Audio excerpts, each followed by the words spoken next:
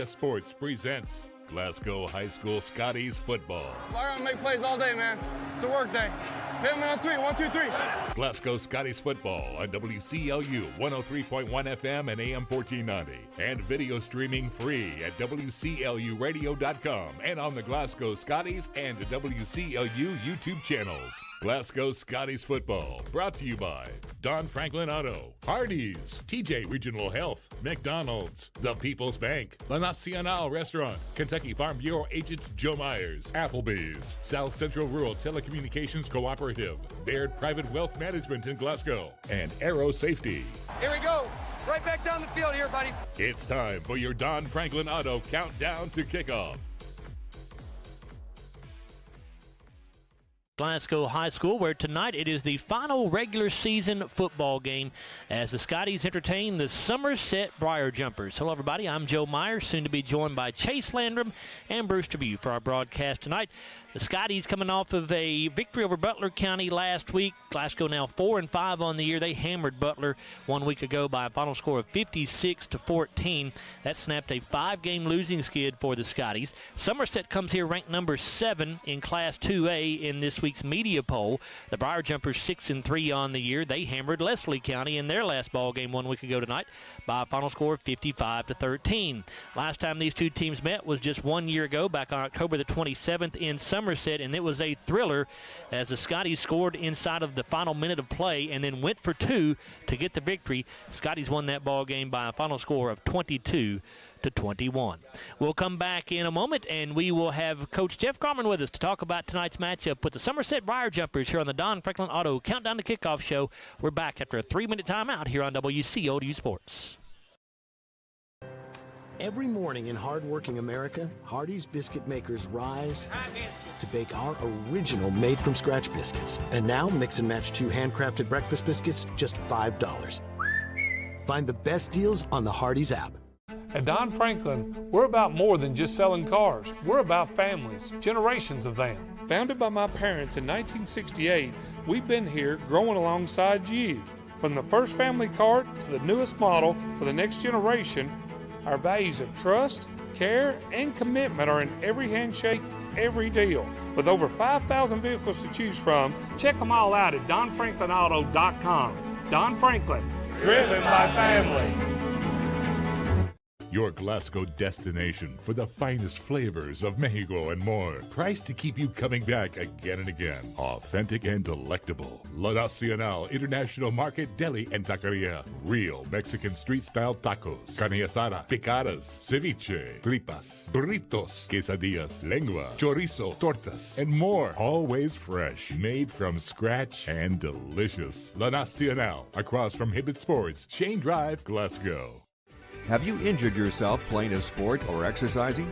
Sports medicine experts at TJ Regional Health are trained to get you back on the road to recovery. Whether you're dealing with sprains, fractures, knee and shoulder injuries, or other common injuries, our goal is to prevent illness and injury in active individuals of all ages and help prevent future problems to maximize your performance. Find out more at tjregionalhealth.org/rehab.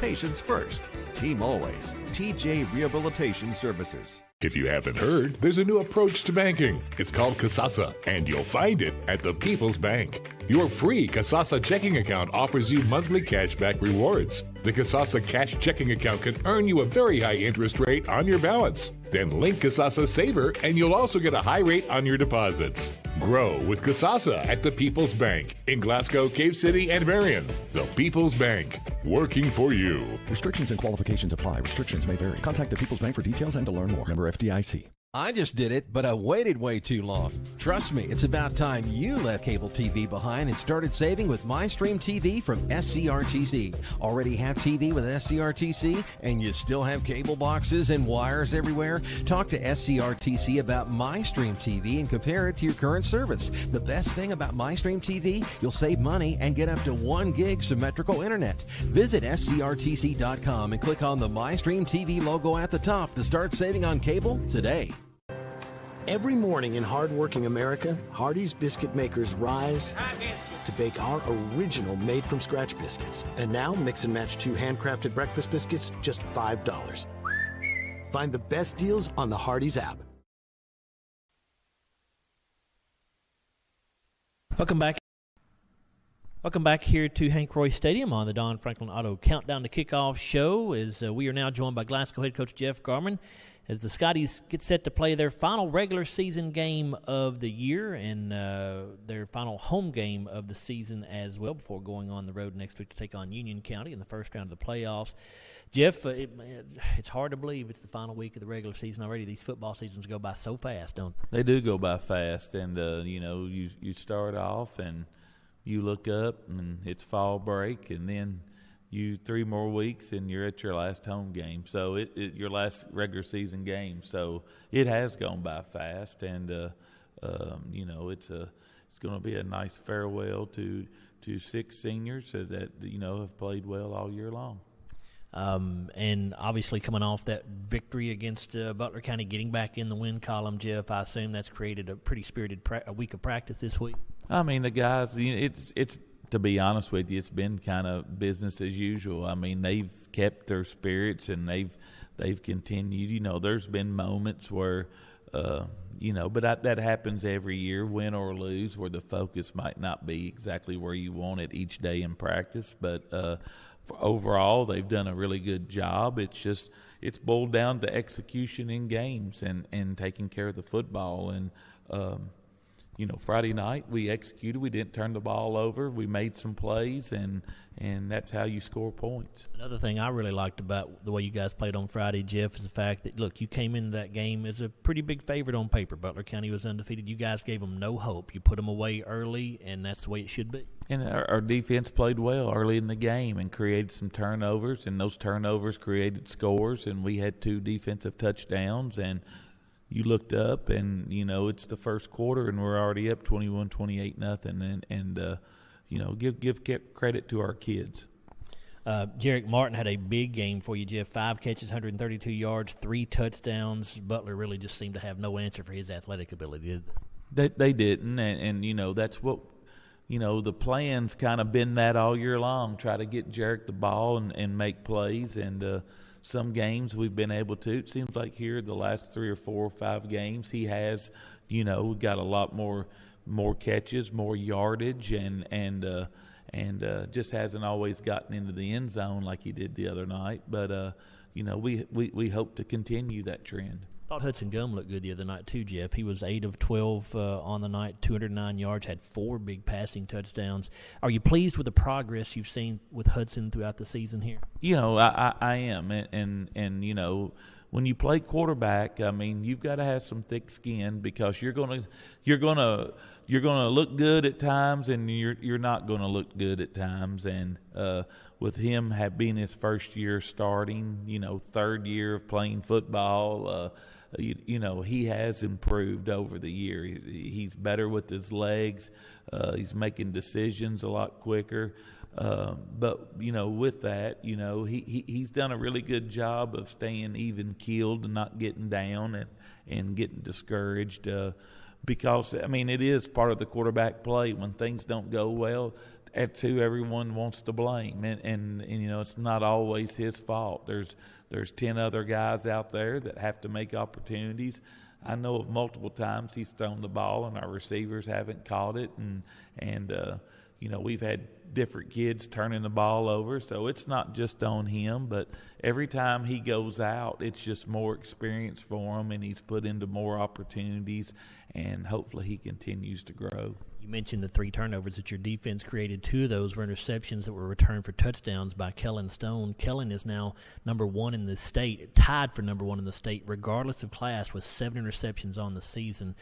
Really gives those opposing quarterbacks and coaches something to think about when they put the ball in the air, doesn't it? Yeah, I mean, and that's, when I moved him to safety this year, and from last year, I think that was the next progression for him, was to move to safety. So now he's in the middle of the field. Now he has more opportunities to intercept balls, and he's made the most of it. I think it's been a real upgrade in our defense from last year. And, you throw it in his area, he'll catch it. And that's the thing about Kellen, and he showed with his legs he has opportunities when he does intercept it to take it in for touchdowns. So, he's played well all year long. Has given up a few big plays, some pass plays, but overall he's played really well. We ask a lot of him on our defense to tackle in space and run the lanes, and he's kind of our last barrier on defense to eliminating big plays. And when we haven't given up a rushing touchdown, over a little span there of the last 4 or 5 games, I think we've given up 1, maybe 2 rushing touchdowns. He's a big part of that, not giving up big run plays. And so he's done a good job all year long and has improved from the time he's a freshman to now that he's a senior. It's probably improved as much as any player we've had in our program here in the last 10 years, to be honest with you. So that's saying a lot right there, Jeff. Somerset comes into the game at 6-3. The Briar Jumpers coming on into the game on a 4-game winning streak. What does this Somerset team do well that you've seen on film? They run the football. They've got a really good player in number 17, the running back. His brother was the main running back last year. He was kind of the second fiddle. I mean, the thing that I see the difference in this year and last year, that you like to have a 1-2 punch. To me, they're kind of a one-punch team, and so you've got to contain number 17. We have to understand that. We have to shut him down. We've got to make someone else beat us besides 17, and if we can do that, we'll have shots in the game. But they're a physical football team up front. They don't do they're going to run 4 or 5 formations. They're going to run the same plays out of those formations. It's just a matter of can you stop it or not. And their coach does a very good job. He took them all the way to, I think they went to the semi-state last year. It's a quality program. He's a quality coach.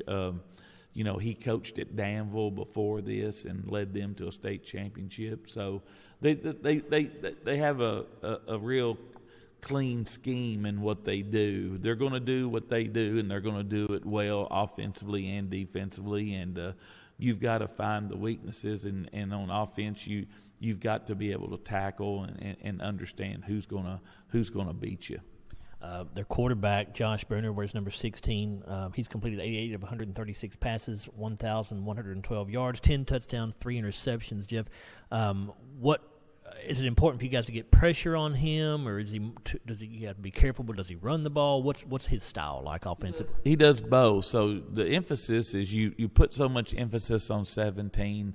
They're going to be in the gun a lot, so they're going to he's going to run the ball about 4 or 5 times a game, and they're going to fake it to 17, and then they're going to run him.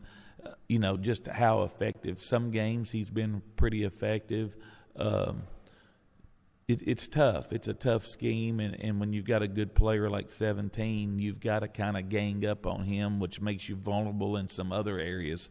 But we've just got to play good, solid defense. He throws the ball adequately. He's not going to turn the ball over a lot. They run routes that are safe, that he can get the ball out of his hands. They do a really good job with him, I think. And he's a big kid. He's not small by no means. So he quarterbacked last year, so he's got experience in games, and and he's had a good year. What are you going to see out of Somerset defensively, Jeff? Well, they're going to line up in a 3-4, and they same defense they played last year, same defense he played when he was at Danville. They'll end up walking down one of those outside linebackers. So when it's all said and done, normally you're going to get a 4-down look, with a linebacker. So you're going to have 2 backers and then an outside backer. So that's their scheme. That's what they do. The tough thing about their defense is you don't know how they're going to line up. You don't know which linebacker is going to walk down. So you really, a lot of teams, where the 3 technique's going to be, where the 1 technique's going to be. With them, you don't know until right before the ball snaps. So you've got to run plays that you can run against any front. So that makes it a little bit tougher, but they're a typical Somerset team, well coached, physical, play well, play smart. Before we let you go, the JV team just finished an undefeated season, Jeff. I wanted you to talk about that a little bit. 7-0. The JV team finished and got some wins, get some quality programs, Greenwood, South Warren, Barron County, among others. Those kids obviously had a great year. They did, and it's a good group. It's a good group of players. We've got a good mixture of skilled kids and some linemen. We've got some numbers in that freshman group. Now, along with that, there was a few sophomores and a couple of juniors that played along with that on certain nights, not all nights, but depending on what the varsity was doing, how we looked as far as injury-wise on the varsity. So they had a really good year, and they need to continue to work and continue to get better. They will get better. There's going to be a few of those kids, I think, that are able to step in and help us some next year. The question is, we're still waiting on a couple of them to grow and get just a little bit bigger and more physical. But it's a really good group. We're really fortunate. Coach Garman, he did an excellent job with them. He takes them down to practice. They get about 30 minutes a day, 35 minutes a day together practicing with him. And, I thought he did a really good job with them, and he played to their strengths, the things that they do well. And I thought it was just all around a very successful season for those guys. It's a good group coming on, and, we look forward to getting those guys up more with the varsity and create more depth for our varsity. I think that was one of the things that we were a little bit short this year. So when we go into the off season, we've got some kids have some opportunities to work at it to get themselves in a little bit better shape, to get bigger, faster, stronger, and to be able to come out and compete next year. Jeff, good luck tonight against Somerset. Thank you. Scotty head coach Jeff Garman, and when we come back, we will give you the starting lineups for both ball clubs. We'll also have Larry Alexander Brewster join us. We're back after a 3-minute timeout here on the Don Franklin Auto Countdown to Kickoff show on WCLU Sports. I'm Dan Fouch, branch manager at Baird Private Wealth Management in Glasgow. Our office recognizes that football and retirement share more similarities than you might think. The head coach, that's you. You are the ultimate decision maker when it comes to your finances. A successful retirement happens with support of a financial advisor, and that's where the quarterback comes in. A quarterback and financial advisor both pay close attention to the details and make the correct adjustments so that goals can be met. Call our office and speak with a financial advisor who can help you execute the plays to win in retirement. They say that breakfast is the most important meal of the day. Well, they are correct. Roll into a good morning with our warm toasted bagels. It's breakfast worth waking up for. Ba-da-ba-ba-ba. So Aerosafety is an international safety consulting company based right here in Glasgow, Kentucky. We offer a wide variety of services, ranging anything from safety training to administrative services like policy procedures. It's any manufacturing, any industry around our area, we can apply that. And we can also make everything site-specific to the customer. So we make sure we're incorporating the company's policies, procedures, applicable hazards, equipment, things like that, that it's make it more relevant and engaging for the customer. Aerosafety is here to keep your employees safe and keep your business headed in the right direction. It's been an amazing 33 years. I've been blessed to have someone by my side that I can count on no matter what. Like 3 years ago when I had that car accident, you really came through for me. So I just want to say thank you, Alan, for being my Farm Bureau insurance agent. Kentucky Farm Bureau, big on commitment. Oh, he's been great too. Since 1980, Applebee's has been bringing great food and big smiles to Kentucky neighborhoods just like yours in Glasgow. Their extensive menu of delicious comfort foods has something for everyone to love. And Applebee's loves to support the community and cheer on the Glasgow Scotties. Remember to stop by Applebee's on any Scotties game night in your Scotties attire and get 10% off your meal and non-alcoholic beverages. Eating good in the neighborhood at Applebee's, just off Happy Valley Road across from Walmart. Our dental health plays a vital role in our overall health. Practicing good dental hygiene is especially important for children. When was your child's last checkup? Riley Dental Group is invested in making sure you and your family have the healthiest smile possible. They understand a dental visit may prompt anxiety or nervousness, but Dr. Riley and his team offer a variety of solutions, including a comforting and friendly visit from Bennett, their therapy dog. Call Riley Dental Group for an appointment, 651-5939. They say that breakfast is the most important meal of the day. Well, they are correct. Roll into a good morning with our warm toasted bagels. It's breakfast worth waking up for. Ba-da-ba-ba-ba. Here on the campus of Glasgow High School, it is the Scotties and the Somerset Briar Jumpers getting set to go at it in the final regular season game of the year for both squads. Time now to introduce you to the starting lineups, which are brought to you by TJ Regional Health. First for Somerset, starting at left tackle on offense, it'll be Jacob Bartley, a 6'5", 225 junior. The left guard is Zach Koger, a 6', 240 senior. At center, Landon Huseman, a 5'11", 225 freshman. The right guard, Reggie Smith, a 5'11", 215 senior. Right tackle, Caden Bean, a 6'1", 240 junior. At tight end, Andrew Lawson, a 6'2", 215 junior. The wide outs are Isaiah Lewis, a 6'2", 170 senior. Corbin Samala, a 5'10", 165 sophomore. And Jax Griffith, a 6', 165 junior. Running back is Chris Hughes, a 6', 190 junior. And the quarterback, Josh Bruner, a 6'2", 185 senior. Defensively for Somerset, at nose tackle, it's Cameron Alsop, a 5'11", 240 junior. The defensive ends are Jacob Bartley and Zach Carter. Carter's a 6'3", 235 junior. Linebackers are Zach Koger, Grayson Gulak, he's a 5'11", 170 senior. Austin Lawless, a 6', 210 sophomore. And John Reynolds, a 5'11", 195 sophomore. At cornerbacks, Isaiah Lewis and Josh Bruner. And the strong safety, Chris Hughes. Free safety, Corbin Samala. Head coach for Somerset, Clay Clevenger, in his second season with an overall record of 16 wins and 6 losses.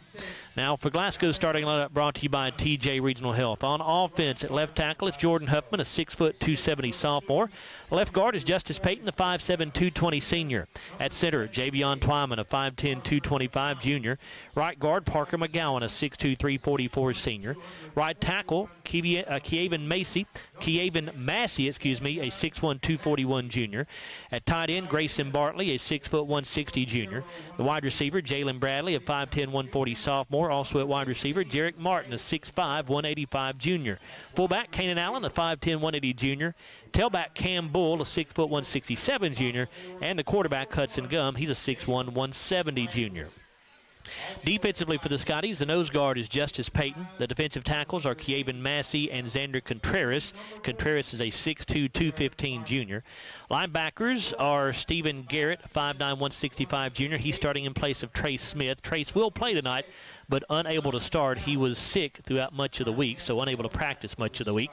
Max Lee at linebacker, a 6'1", 201 senior, and Brady Geary, a 6', 195 senior, starts at linebacker as well. Cornerbacks are Jalen Bradley and Jarek Martin.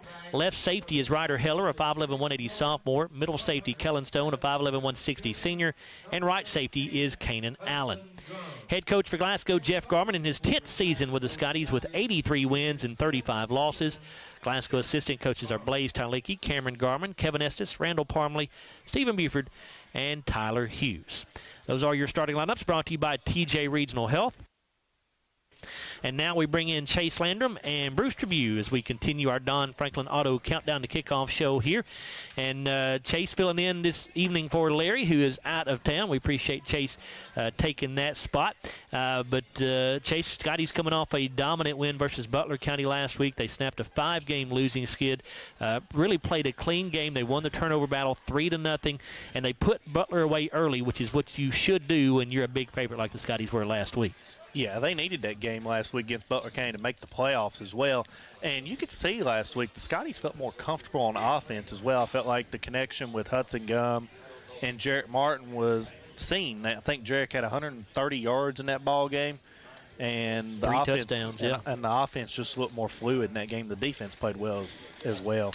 They did. And it had to, Bruce, you would think it had to lift the players' spirits. And Jeff said, they've kept good spirits all year long, but 5-game losing streak, you know it was very nice for those kids to get a victory last week against Butler County. Well, it's very nice and it's very important. And you know, hopefully it carries over and we play well tonight. I mean, we're playing a good Somerset ball club. They've got a good record, and they're always good.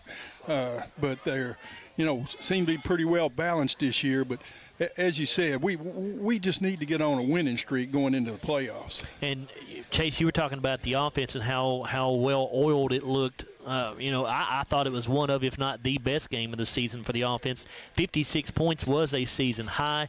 They had 358 total yards, which was the second highest. It's the highest total since the opening game against LaRue County when they had 364 yards. So you hope maybe, you know, offensively it's been a challenge at times this year. You hope maybe that's the game that kind of gets them on track a little bit. Yeah, you want to carry the momentum in tonight and also at Union County next week as well in the playoffs. So you're looking at this game kind of like last year at Somerset, where it was a barn burner at 22-21, I believe it was, and that's what the momentum last year got them into the playoffs as well. And they played a good McLean County team last year. Chase, I'm sorry, go ahead. I'm sorry. Yeah, they played a good McLean County team last year as well. I was just going to say, Chase mentioned a moment ago how good of a game Jarek Martin had. He had 5 catches, 132 yards, and 3 big touchdown catches.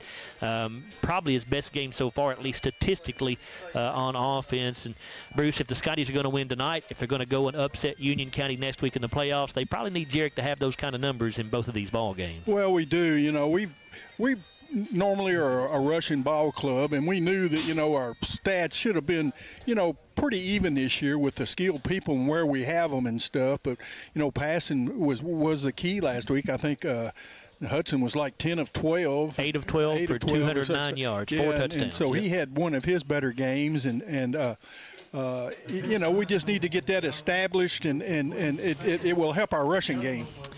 Let's go ahead and wrap up the Don Franklin Auto Countdown to Kickoff show. When we come back, we'll be just about ready for football for you here from Hank Royse Stadium. It's Glasgow against Somerset. We're back after a 3-minute timeout here on WCLU Sports. At Don Franklin, we're about more than just selling cars. We're about families, generations of them. Founded by my parents in 1968, we've been here growing alongside you. From the first family car to the newest model for the next generation, our values of trust, care, and commitment are in every handshake, every deal. With over 5,000 vehicles to choose from, check them all out at DonFranklinAuto.com. Don Franklin, driven by family. Your Glasgow destination for the finest flavors of Mexico and more. Priced to keep you coming back again and again. Authentic and delectable. La Nacional International Market Deli and Taqueria. Real Mexican street-style tacos. Carne asada, picadas, ceviche, tripas, burritos, quesadillas, lengua, chorizo, tortas, and more. Always fresh. Made from scratch and delicious. La Nacional. Across from Hibbett Sports, Shane Drive, Glasgow. Have you injured yourself playing a sport or exercising? Sports medicine experts at TJ Regional Health are trained to get you back on the road to recovery. Whether you're dealing with sprains, fractures, knee and shoulder injuries, or other common injuries, our goal is to prevent illness and injury in active individuals of all ages and help prevent future problems to maximize your performance. Find out more at tjregionalhealth.org/rehab. Patients first, team always. TJ Rehabilitation Services. If you haven't heard, there's a new approach to banking. It's called Kasasa, and you'll find it at the People's Bank. Your free Kasasa checking account offers you monthly cashback rewards. The Kasasa cash checking account can earn you a very high interest rate on your balance. Then link Kasasa Saver, and you'll also get a high rate on your deposits. Grow with Kasasa at the People's Bank in Glasgow, Cave City, and Marion. The People's Bank, working for you. Restrictions and qualifications apply. Restrictions may vary. Contact the People's Bank for details and to learn more. Member FDIC.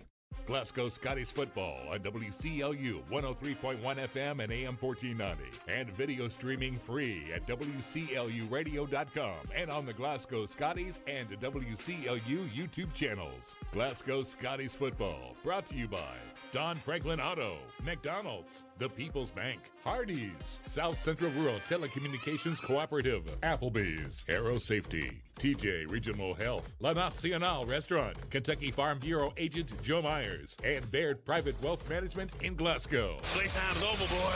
Somebody got to be the victim tonight. Go! Go! It's time to play. Game day. Let's get the game on. Side judge, Garland. Joe Myers, Chase Landrum, Bruce Tribune back here with you at Glasgow High School. We are still a few minutes away from kickoff here as the Scotties get set to take on the Somerset Briar Jumpers. Of course, it is senior night here at Glasgow High School, and the seniors were honored before the ball game here tonight. And captain's heading out to the center of the field right now for the coin toss. The Somerset Ball Club, as we told you, 6-3 on the year. They are led by a very good running back by the name of Chris Hughes. He has over 1,000 yards rushing on the season, averaging 122 yards per game, 15 big touchdowns, and he's got some pretty good speed and power. He's a big kid, 6 foot, 190 pounds. So Chase, a kid like that, you got to make sure you wrap him up. You cannot try to arm tackle somebody like that. Scotties could be good preparation for next week because they're going to face another excellent running back next week who's even bigger than this kid is tonight. Yeah, I was getting ready to bring that up as well. Is with this running back, he's got 1,100 or there's 1,700 on the ground. So you're probably going to key on him, but there's also a few other running backs as well that could also get some yards as well for Somerset. I mean, I expect it to be a running game kind of like how it was last year because both quarterbacks for each team are pretty similar when you look at the stat line. High school athletics emphasize. Bruce, so you keep an eye on the, looks like Bruce is keeping an eye on the coin toss out there. We want to make sure we know how that goes. But Somerset also can throw the football. Talking about Hughes, he is their second leading receiver. He has 29 catches for 250 yards, 3 touchdowns. Leading receiver is Corbin Samala. He leads receivers on Somerset's team with 36 catches, 537 yards. He also has 3 touchdowns. But the quarterback, Josh Bruner, is very effective. Looks like Somerset won the toss and deferred to the second half, so the Scotties obviously are going to take the football to start the ball game. But Josh Bruner, their quarterback, is completing 65% of his passes. He's 88 of 136 on the season. He's thrown for a little over 1,100 yards, 10 touchdowns. So, Chase, this is not a one-dimensional football team we're facing tonight in Somerset. No, it's not, and you got to key in on a bunch of players as well in this game. But if you're the Scotties, you're looking to tackle Chris Hughes tonight. Make sure you get key in on him as well. And the quarterback, Bruner, he likes to run the ball as well. So you're looking at those 2 players, but there's also multiple players on each team as well that will contribute. What do you have about keys for a Glasgow victory tonight, Chase? Man, I see this. My first key is get Jarrett Martin the football, as we seen last week. He exploded for 130 yards in the whole game. And then also, I think defensively we got to tackle Chris Hughes in this ball game. I mean, I think he's a key player for Somerset. And get the offense. And my last key is the offense. Just get the passing game more involved like we seen last week as well, which could lead to momentum into the playoffs. Scotties are wearing all royal blue tonight with white numerals and the royal blue helmet with a white Scottie paw on the side. Somerset in white jerseys with purple pants, purple numerals outlined in gold. They've got the gold helmet. And the Scottie seniors that were honored tonight before the ball game: Kellen Stone, Brady Geary, Max Lee, Justice Payton, Donovan Hurt, and Parker McGowan. It's a small senior class, relatively, but as far as just numbers, I mean. But they have been big contributors over their careers here at Glasgow High School, and they will certainly be missed. Of course, they're going to have at least one more game next week at Union County in the first round of the playoffs. Teeing it up for Somerset, Ethan Rubel. And back deep for the Scotties is Jalen Bradley, Cam Bull, and Jarek Martin. This kickoff brought to you by Ralphie's Fun Center at 702 Happy Valley Road, Glasgow. It's a squib kick that's going to be picked up by Ryder Heller, and he'll return that to right the 40-yard line or so. So pretty good field position for the Scotties to start their opening drive. Austin Lawless on the tackle for the Briar Jumpers. The Scotties have good field position on their opening drive. They'll say he's down with the 39, so a return of 5 yards on the play.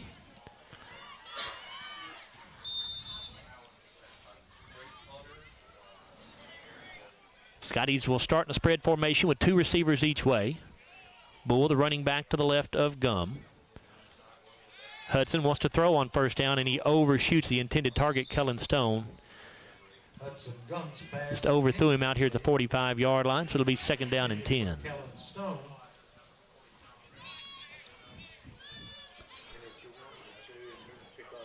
Got a little football weather tonight. It's not terrible by any means, but certainly a little bit of a chill in the air.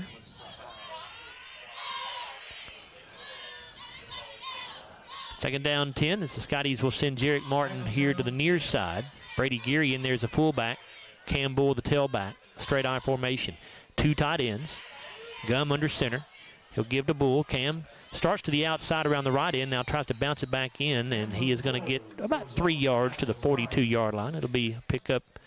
Well, they may give him 4, actually. They will give him 4 yards to the 43. So it'll be 3rd down and 6 now. We'll give Jacob Bartley the tackle for the Briar Jumpers. His first of the evening is we're in 3rd and probably about 6 here for the Scotties.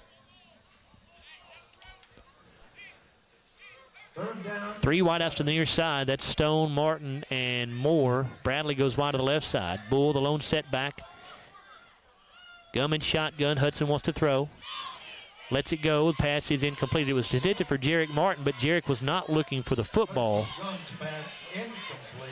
Little miscommunication there maybe, and that's going to bring up 4th down and 6, and the Scotties will send the punting unit in as they're going to go 3 and out on their first possession. Seemed like the Scotties might have been out of sync there in that first possession. That would be an accurate description, I think. It looks like I don't know if the quarterback and the receivers are not on the same page or somebody's running the wrong route or whatnot. Kanan Allen in to punt it away for the Scotties. Chris Hughes back deep, waiting on the kick. Kanan this year averaging 36 yards per kick and gets a 1 bouncer on the snap, but he's able to field it cleanly, gets the punt away, bounces at the 34, and takes a little bit of a Glasgow roll and will be downed right at the 30.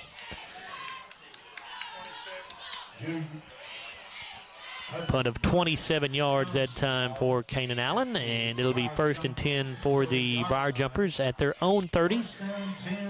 Still 11:03 to go in the opening quarter here.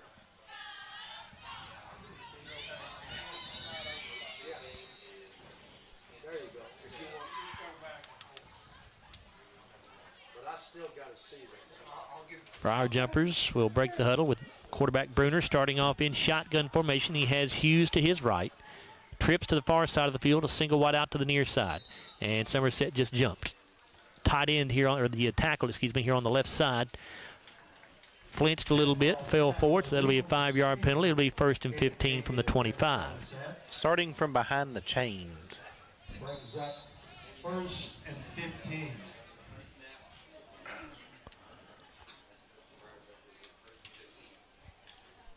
Same formation it looks like here. 3 men wide to the right, 1 to the left. Hughes in the backfield. And they direct snap it to Hughes, and he'll come around the left side. He's got the 30, and will be run out of bounds at the 31-yard line. Be a pickup of 6 yards.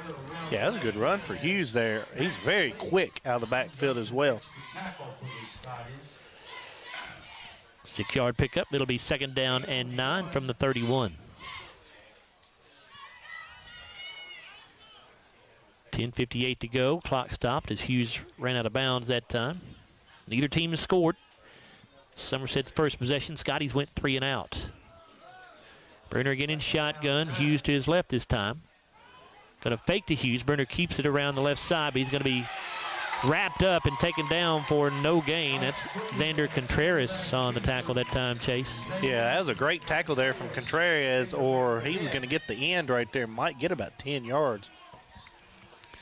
Xander grabbed the jersey and would not let go. It'll be 3rd down and 9, no gain there.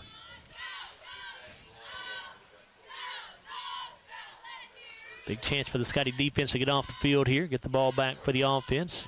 What should be decent field position. And the Scotties defense only giving up an average of 19 points on the year as well. Bruner in shotgun. He'll throw. Under pressure, rolling out to the right side. Garrett chasing him from behind. Now Bruner lets it go. Man wide open down the field, but it is off target. But the tight end, Andrew Lawson, was running free down there around the 35-yard line, but not a very good pass that time by Bruner. And Scotties get a break right there. It'll be 4th down and 9.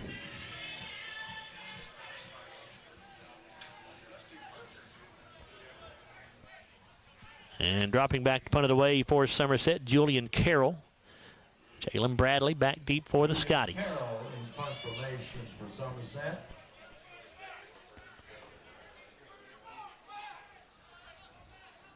Snap a little low, but Carroll handles it. His kick is away. It's a high spiraling kick, turns over. It will bounce at the 38 and take a gigantic Somerset roll.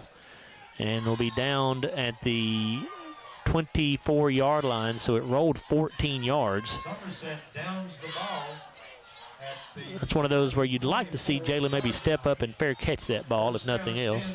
Yeah, I mean, that ball probably rolled 10 or 15 more yards from where Bradley could have caught that ball. It rolled right at 14 yards or so. 45 on the punt, too.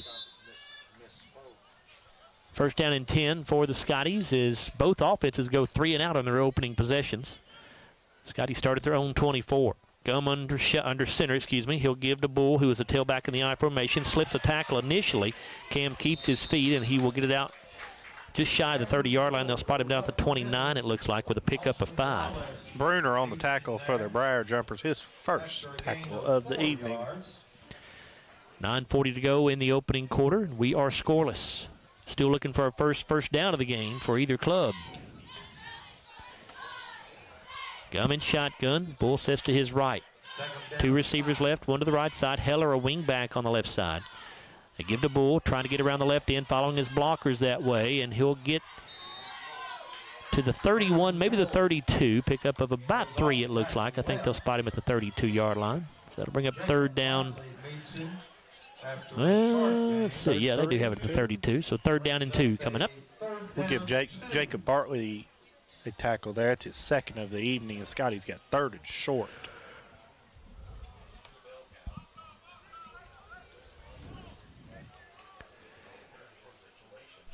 Stone, Bradley, Moore all wide to the left side. Martin, the lone wide out here to the near side. Bull is the running back. Hudson Gum to throw on third and 2. Under pressure. Now lets it go, and it's incomplete. The Scotties will punt the ball away as they will go 3 and out on the second consecutive possession. Still looking for a first down in this game from either team. Campbell limping to the sideline here.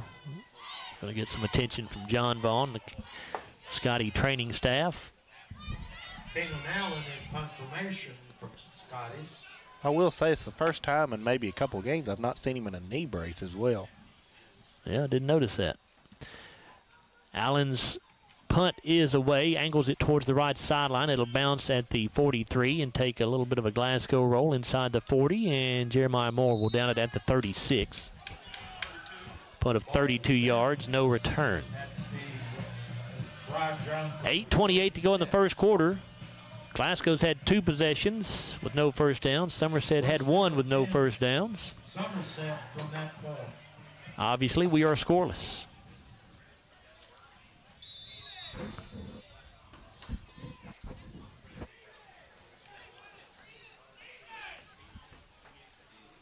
Briar Jumpers waiting on Bruner to get out there to the huddle and relay the play to them.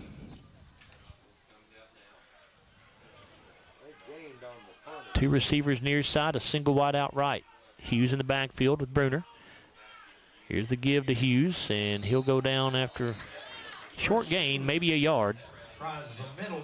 Good defense that time by the Scotties as Hughes took it up the gut that time. Max Lee on the tackle for Scotties, his first of the evening. It is a gain of just 1, second down and 9. Gain of 1. 3 men wide to the right side, 1 wide to the near side. Hughes to the right of Bruner, who's in shotgun. And now there is another false start on Somerset. Foul. Illegal procedure is the call. The left guard was obviously going to be pulling on that play because that's what he went into that motion. Second down and 14 coming up here.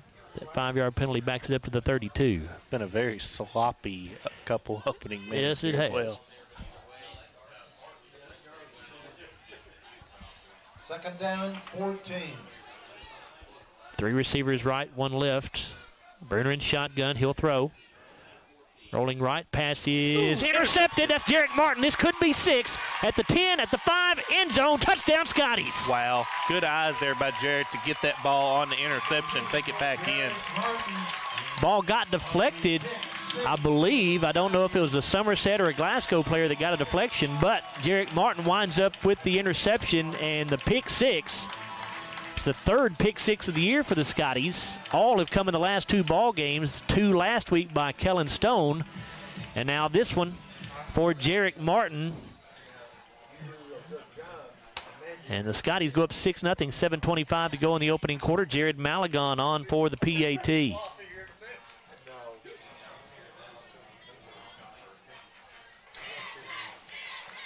Kick is up, looks good from here. Oh, it's not, though. They say it's wide. Boy, that looked good from here. That looked real good. 7:25 to go in the opening quarter. We'll take a timeout here with Glasgow on top by a score of 6-0 over the Somerset Briar Jumpers. We're back after a 30-second timeout on WCOU Sports. I just did it, but I waited way too long. Trust me, it's about time you left cable TV behind and started saving with MyStream TV from SCRTC. Already have TV with SCRTC and you still have cable boxes and wires everywhere? Talk to SCRTC about MyStream TV and compare it to your current service. The best thing about MyStream TV, you'll save money and get up to 1 gig symmetrical internet. Visit scrtc.com and click on the MyStream TV logo at the top to start saving on cable today.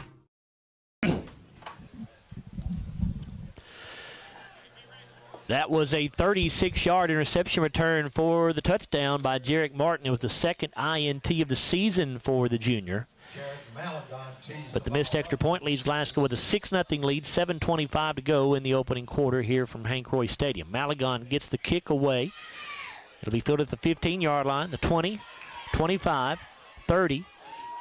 And I believe that's Corbin Samala on the return, who will go down at the 31-yard line. Xander Contreras is going to get the tackle there, his second of the evening. Kickoff return for the Briar Jumpers. Xander Contreras down to make the tackle. So 1st and 10, they give him the 32 actually. So 1st and 10 for Somerset at their own 32-yard line. 32-yard line. 8-yard return on the kickoff there.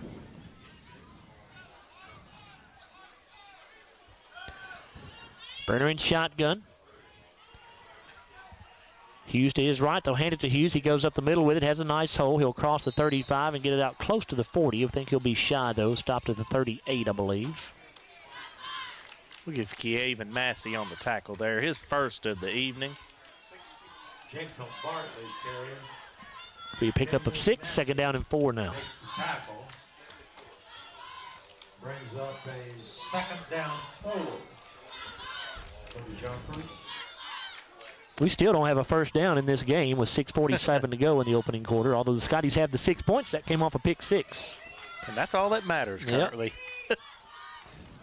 Burner in shotgun once again with a receiver each way. He'll quick pitch this thing to Hughes around the right side. Scotties string it out very well, and Hughes going down for a loss back at the 35-yard line.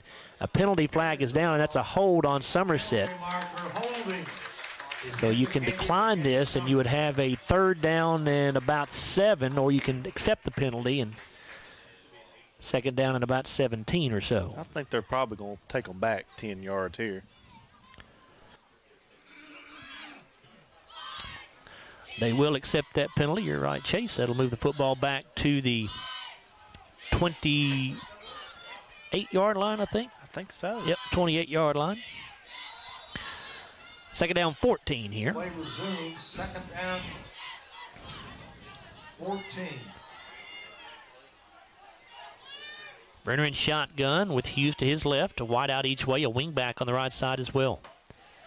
Brenner to throw on a slant pattern. The pass goes through the hands of Corbin Samala out at the 40-yard line and incomplete. That ball should have been caught.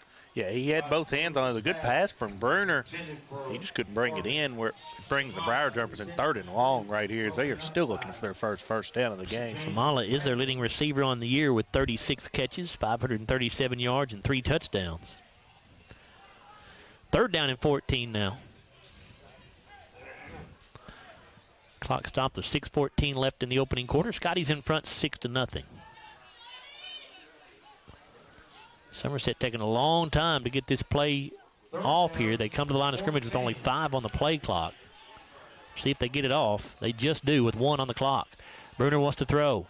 Steps up. He's going to run with it. He's got the 30, he's got the 35, dives out across the 35, but he's still going to be way shy of the first down. He's down at the 36. Pickup of 8 yards. We'll give Landon Martin a tackle there. That's his first of the evening, whereas Somerset looks like they're going to punt. Briar Jumper punting unit does come into the ball game here as Carroll will come in to kick it away. Jalen Bradley will go back deep for Glasgow. 4th down and 6. Briar Jumpers at their own 36. First punt for Carroll went 45 yards. Good snap here. Kick is away. It's an end over ender. It'll bounce at the 37 and take sort of a neutral roll this time.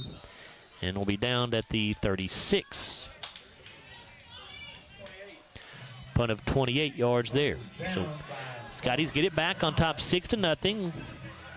With 5:24 to go in the first quarter, Glasgow has it 1st and 10 at their own 36 now. So the defense playing well. They have forced Somerset into a pick 6 and 2 3-and-outs. Now you're looking to go up 2 scores here for your Skies. You're looking to carry momentum off that pick 6 right here as well. And we'll see a direct snap here to Jarek Martin, who's lined up in Wildcat formation. Hudson Gum a wide out to the left side. You got 3 receivers to the near side. Campbell a wing back. Now he'll go in motion to the left. Martin going to run to the left, trying to get around the left end, and Somerset says, I don't think so. He's going to be dropped for a big loss, a 6-yard loss back to the 30-yard line. Yeah, and Somerset could see what was coming right there as well. I believe they've watched a little film, but that's one of the few times we've seen Martin in the backfield taking a direct snap as well. Ball at the 31, not the 30, so loss of 5. It'll be 2nd down and 15.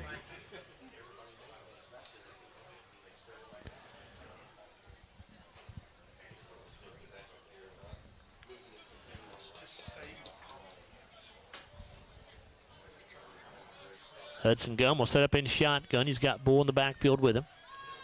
3 receivers, bunched very tightly to the formation here on the right side. A single wide out to the left.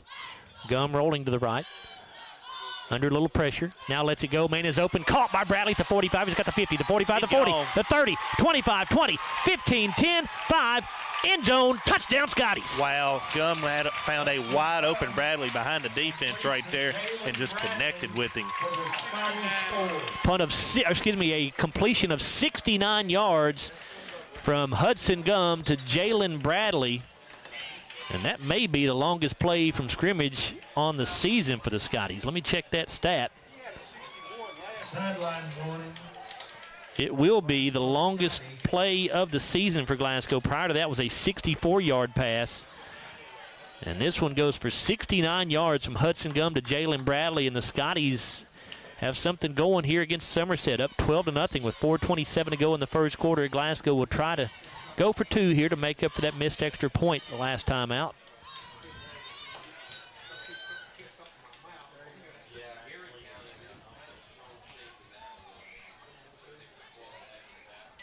Need to get on the ball here. We're down to 7 on the play clock as well. Yeah, probably going to call a timeout here.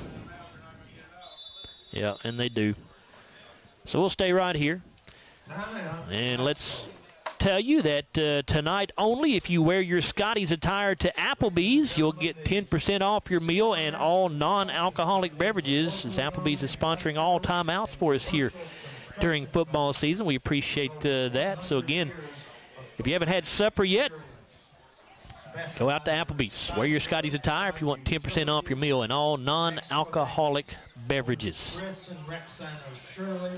So Scotty's off to a terrific start in this one. Somerset coming in here at 6-3. This would certainly be, obviously, a long way to go. Still 4:27 to go in the first quarter. But if Glasgow does end up with a win here tonight, it would be one of their better wins, maybe their best win of the season, Chase. Yeah, and this Somerset team, the last 3 games, I did a little research this time. Did you? I did. They have scored over 40 points in their last 3 games, so their offense has been clicking. So far tonight, the Scotties have held them in check. Offensively, they still do not have a first down yet in 2 possessions, actually 3 possessions, because one of them ended with a pick 6 for Jarek Martin. All right, Scotty's set to try this 2-point attempt now. I'm going to say they go with Jarek on a little post route over here. Jarek is lined up as a wideout here to the right side. Got a power I formation. They're going to pitch this thing to Bull around the right end. Cam makes a nice move to make Samala miss in the backfield and goes into the end zone for the two-point try. Boy, Corbin Samala was right there in the backfield to try to get a hit on Cam, but he put a little juke move on and left Samala there and went into the end zone. The Scotties now lead this thing 14-0. And for Glasgow, it was a two-play, 64-yard drive that took just 57 seconds, and the scoring play, a 69-yard touchdown pass from Hudson Gum to Jalen Bradley. And again, Campbell gets in on the two-point run. 14-0, Scotties, 4:27 to go in the first quarter of play. Good game going on over at Trojan Field tonight between two good football teams as Allen County Scottsville leads Barron County 7-0 in the first quarter, but Barron County driving. That's two good football teams there as well, as the Scotties have played both of them this year. So Jared Malagon will kick this thing away. Hughes and Samala back deep. And Samala going to field this thing at the 20, and he's down on his knees as he does, so he'll be down right there. Looked like the ball might have skipped on him a little bit, and he had to go down to just make sure it didn't get by him, and because of that, he will be down, I think, right at the 20.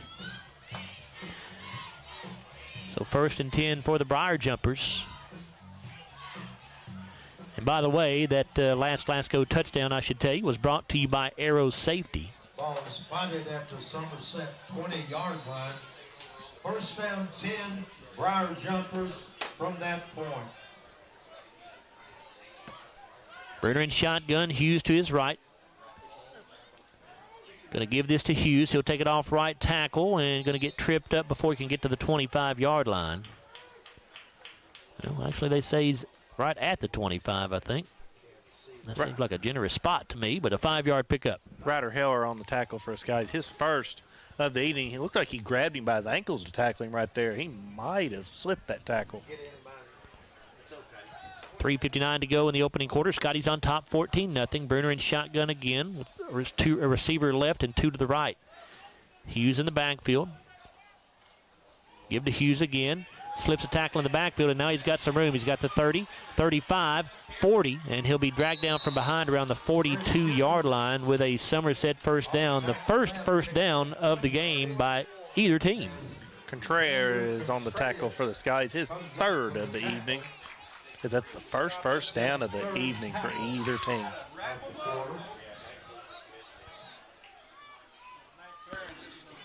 First down and 10 for the Briar Jumpers at their own 42.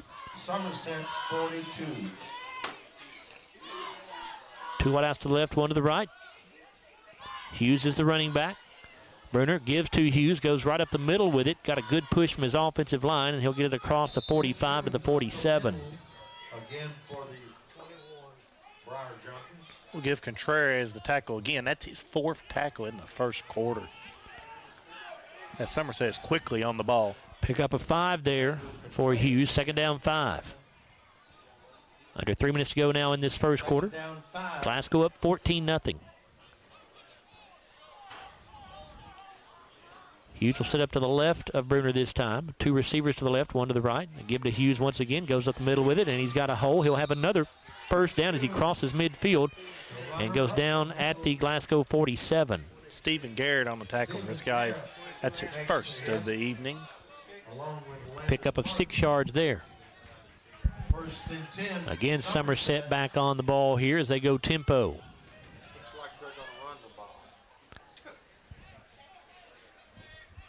Looking over at the sideline for the call. Play clock at 14.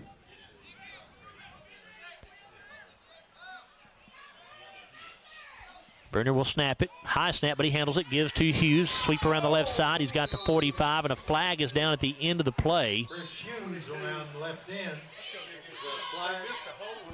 Let's see what this is. Stephen Garrett comes up. Garrett got the tackle, his second of the evening. Holding called on Somerset. Is the call against Somerset. So they'll mark this thing off from the 41, so it'll move the football back to the Somerset 49-yard line.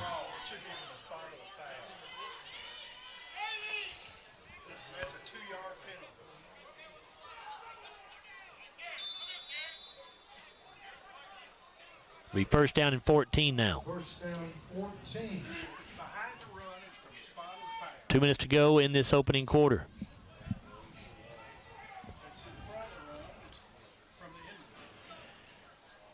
Barron County scored and went for 2. They lead Allen County 8-7 at the end of the first quarter. Here's a give to Hughes again, goes up the middle with it. Scotties will give him a yard, maybe 2. He does cross midfield to the Glasgow 49, so a pickup of just 2 yards. Kiev and Massey on the tackle for us, guys. That's his second tackle of the evening. Caverna leading Monroe County at the end of the first quarter, 8-7. And Hart County and Campbellsville are scoreless after the first quarter of play. It's Adair County on top of Metcalfe County, 14-0 after 1 quarter.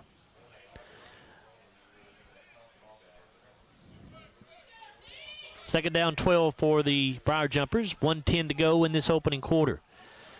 They faked to Hughes this time. Bruner wants to throw. The pass is incomplete. Intended for Corbin Samala over there on the right sideline, but it was high and overthrown. It'll be third down and 12. Yeah, that was Bruner threw a high ball there, and it was hard to come down with that one there in third and long.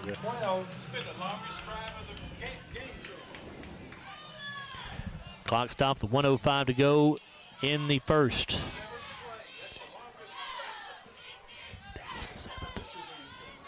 Seventh play of this drive coming up, which oddly enough is the longest drive of the game for either club so far. 2 receivers to the near side, a single right out to the right. Bruner to throw, under pressure, lets it go. The pass is incomplete. Jalen Bradley had thoughts about trying to pick that pass off, but he couldn't quite get to it. Intended target that time was Chris Hughes. And it'll be fourth down and 12 for Briar Jumpers. They're at the Glasgow 49, trailing 14-0, so they're going to go ahead and go for this here as they get back on the line of scrimmage very quickly. Trying to draw the Scotties off sides with a hard count, but Glasgow doing a good job not coming across.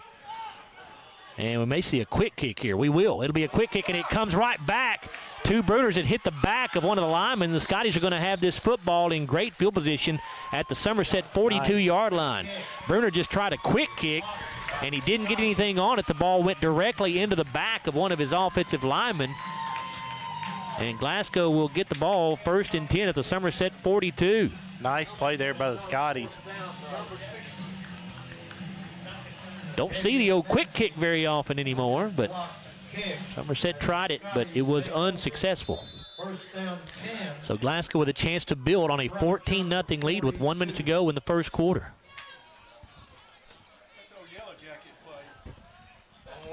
Single wide out to the near side is Martin.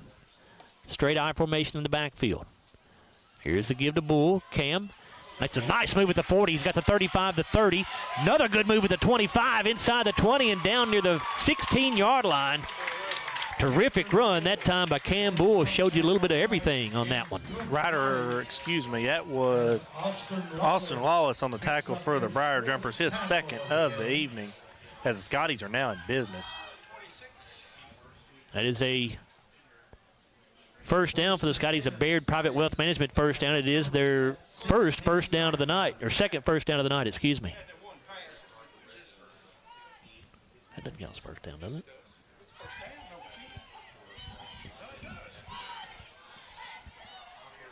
First down and 10 for the Scotties at the Somerset 16. Gum will give this off to Ryder Heller, who came in for Bull, and Ryder going to get inside the 15 and down around the 12, maybe the 11. We're going to give that tackle to John Reynolds for the Briar Jumpers, his first of the evening, and that's going to end the first quarter. After one, your score, Glasgow 14, Somerset nothing. We're back after a 1-minute timeout here on WCLU Sports. Every morning in hardworking America, Hardee's biscuit makers rise to bake our original made-from-scratch biscuits. And now, mix and match 2 handcrafted breakfast biscuits, just $5. Find the best deals on the Hardee's app.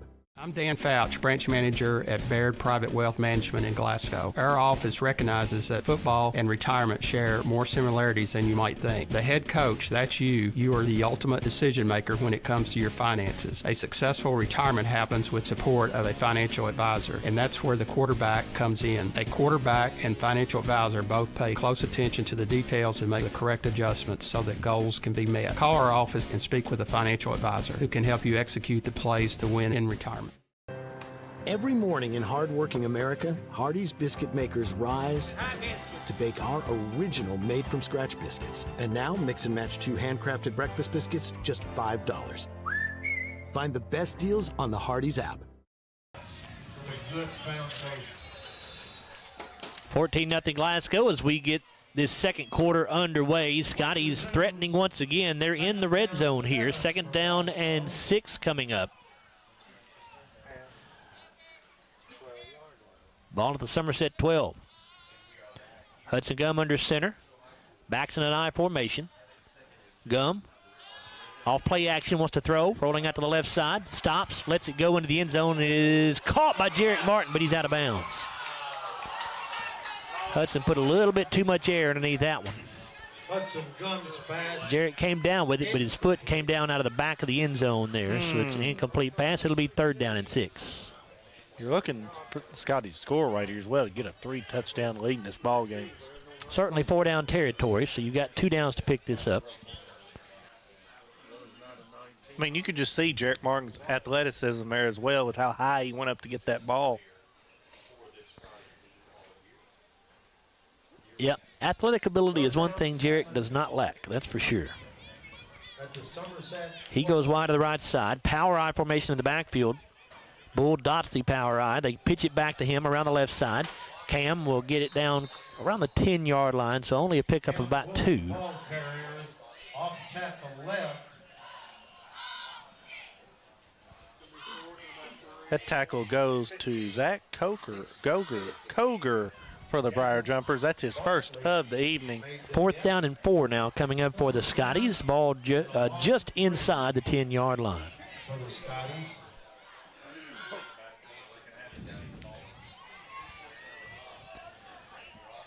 Scotties, of course, will go for this. 10 on the play clock, going to have to hurry. They still have not 1:03 to go in the first half of play. We'll take a timeout as well. 14-0 Scotties back after a 30-second break on WCOD Sports.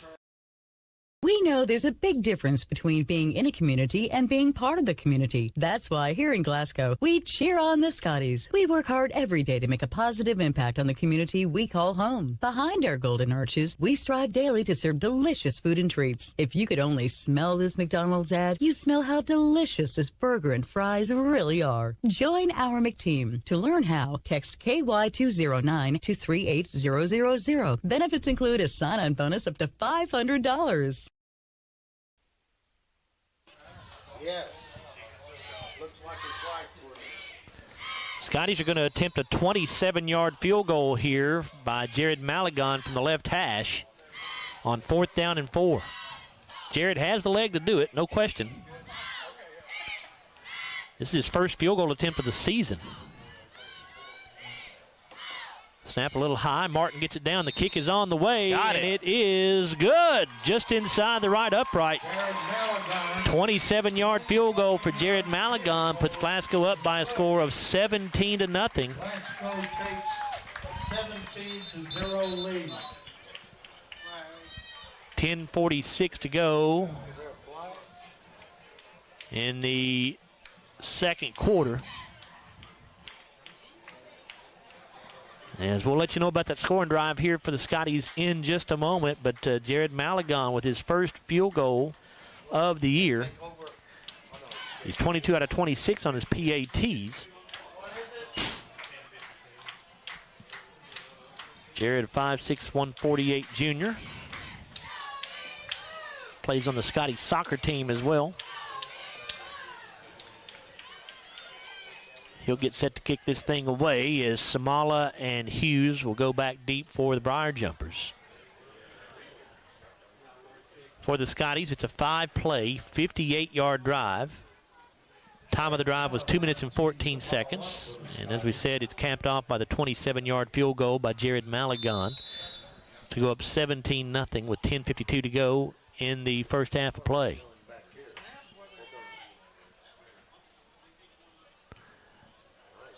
Malagon gets the kick away, gets by Hughes. It's going to roll into the end zone, so that'll be a touchback. Third touchback of the season for Malagon. So it'll be 1st and 10 for the Briar Jumpers at their own 20. Somerset takes over at that point. 1st down 10.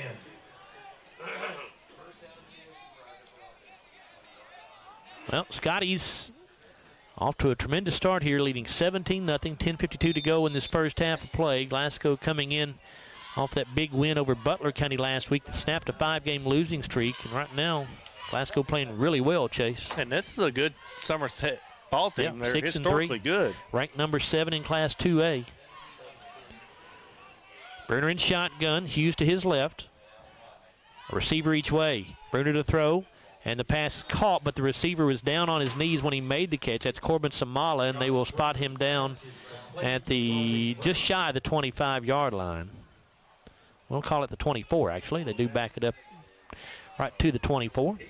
Stats in that first quarter of play, each team with 2 first downs. Glasgow 37 yards rushing, 69 passing, a total of 106. 48 rushing for Somerset. No passing yardage in that first quarter for a total of 48 yards. Somerset had the only turnover. That was a pick 6 for Jarek Martin. Bruner snaps this ball, fakes to Hughes, keeps it himself, and he's going to have a first down as he gets across the 30 and up around the 34-yard line before he's brought down. It's going to be Contreras on the tackle, his 5th of the evening. Scotty's yet to be penalized in this ball game. Somerset's had 4 penalties for 30 yards. Glasgow 12 plays in 4 minutes and 24 seconds time of possession in that first quarter. Somerset 18 plays, 7 minutes and 36 seconds. Bruner in pistol formation now. Hughes behind him. He gives to Hughes, tries to go up the middle with it, and he's going to get hit and dropped after a 2, maybe a 3-yard gain at most. Massey on the tackle for the Scotties, his 3rd of the evening. Landon Martin makes the hit. 2-yard pickup to the 30s, actually a 3-yard pickup to the 37, 2nd down and 7. 9:31 to go in the first half. Glasgow leads 17-0.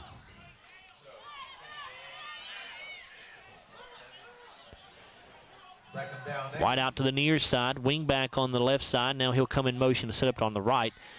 Bruner fakes the pitch to Hughes, keeps it himself around the left side on the quarterback sweep. He's got the 50, and he's going to be run out of bounds before he can reach the 45 in Glasgow territory. They'll spot him out at the 46, it looks like. 17-yard run for the quarterback, Josh Bruner. 1st and 10, Briar Jumpers to the Glasgow 46 as they look for their first score of the night. At the Scottie 46. Wide out each way. Wingback comes in motion to the near side. Bruner gives to Hughes, goes off left tackle, now bounces it around the left end. He's got the 40, and he'll be down around the 37-yard line, I think. 38, 37, we'll see. Trey Smith. Trey Smith's going to be on that tackle, his 1st of the evening. Ball spotted at the 38-yard line. Pick up of 8 yards that time for Hughes. He has now carried it 10 times for 59 yards. He's getting in a little rhythm this quarter. Second down 2 here. Bruner in shotgun, Hughes to his right. Give to Hughes again, goes off left tackle. Nice hole this time as he is going to have a first down to around the 30-yard line. Max Lee's going to have the tackle for Scotties, his 2nd of the evening. First down. 8:55 to go in the first half, 17-0. Scotties in front. Somerset driving.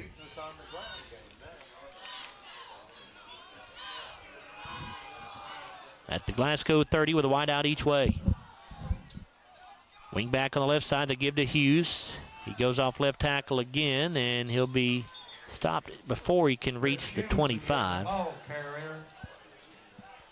Landon Martin's going to get the tackle for the Scotties, his 2nd of the evening. Ball at the 26, so a pickup of 4 there. It'll be second down and 6, excuse me. Max Lee on the tackle. Brings up. Wide out each way. 6. Bruner in shotgun. Give to Hughes again. Goes off left tackle, and Max Lee there waiting on him this time, but he got away from Max. He will get positive yardage down to around the 21. It's going to be Massey on the tackle for the Skies. His 4th tackle of this first half. 5-yard pickup. It'll be 3rd down in the yard here for Somerset. Obviously 4-down territory at the Glasgow 21. 7:36 left in the half.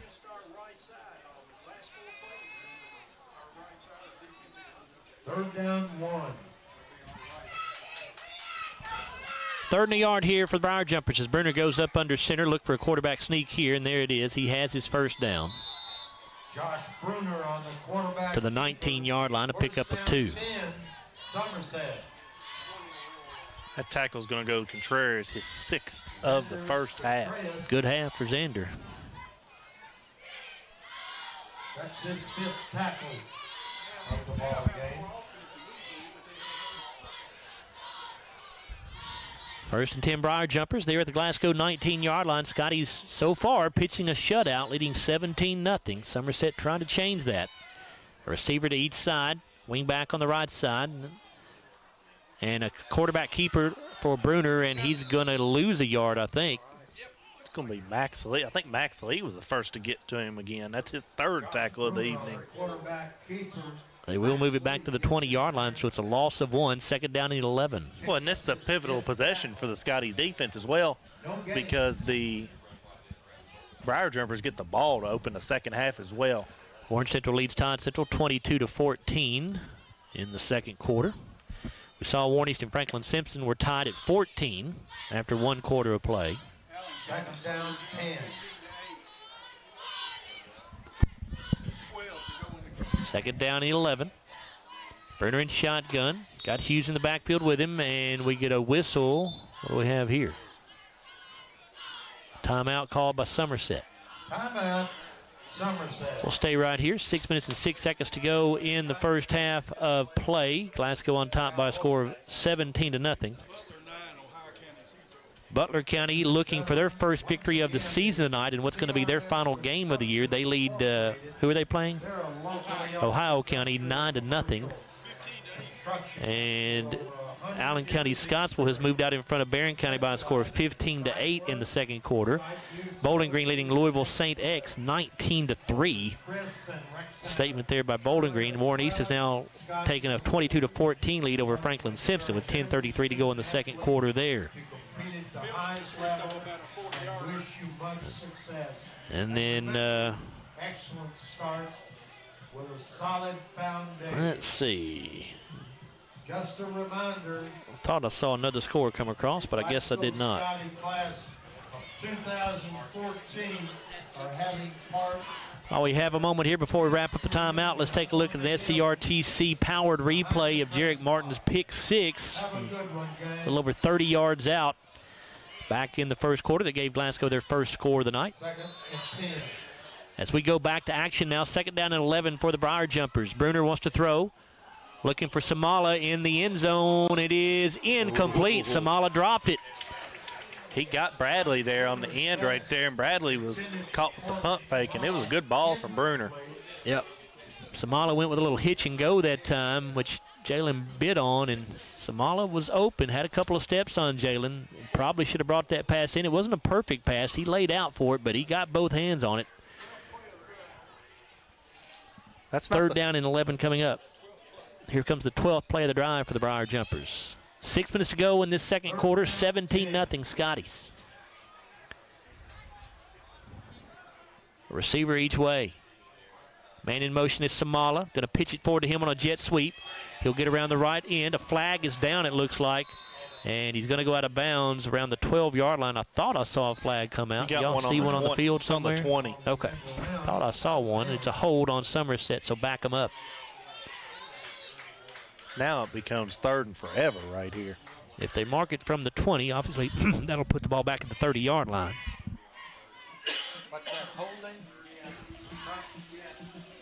Penalty marker holding is the indication. And they do put the ball down at the 30. So 3rd down and 21 now for the Briar Jumpers. They've got to get to the 9-yard line for a first down.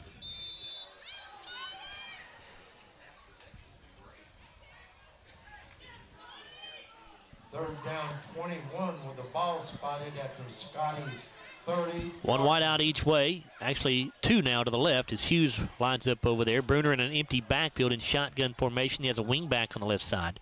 Bruner to the throw. Scottie's coming on a blitz. Bruner rolling out to the right side. Going to let it go into the end zone. It's going to be incomplete. Nice defensive play there by Kanan Allen and also Gage Buford back there as well. Or is that Cam Bull? That's it looks Cam like Bull a zero, back but there. it's Yeah, Cam it's Cam Bull back there for the Scotties. One of them got a hand on it. I think it might have been Kanan who got a hand on it. I'm not 100% sure. 4th down and 21. 21 for the Jumpers. Somerset will go for it here at the Glasgow 30. This is a momentum play for both sides as well.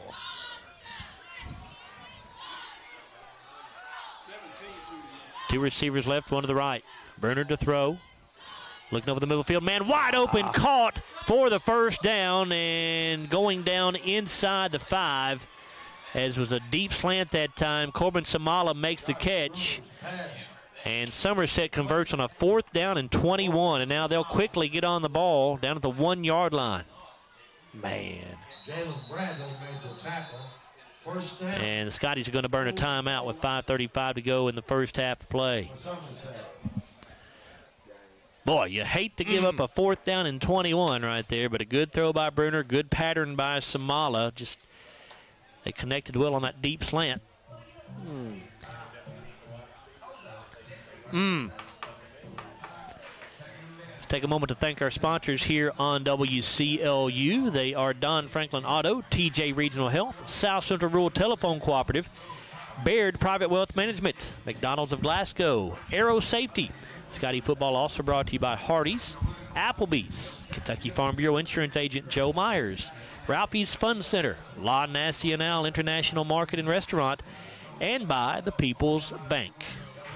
That's the momentum play for the Briar Jumpers there, because Scotties had them pinned on 4th and 21, and now the Briar Jumpers are looking to score here and get the ball back after the half.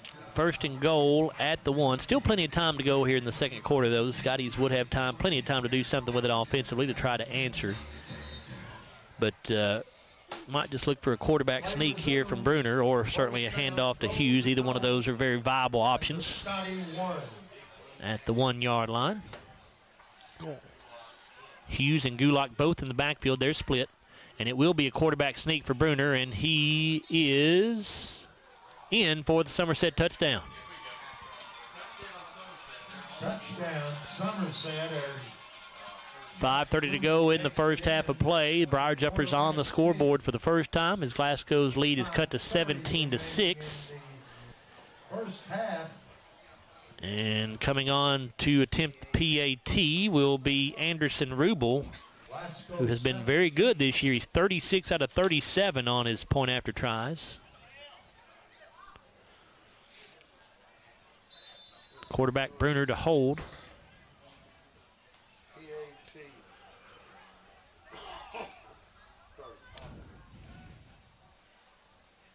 Hold is down, kick is up, and it is perfect.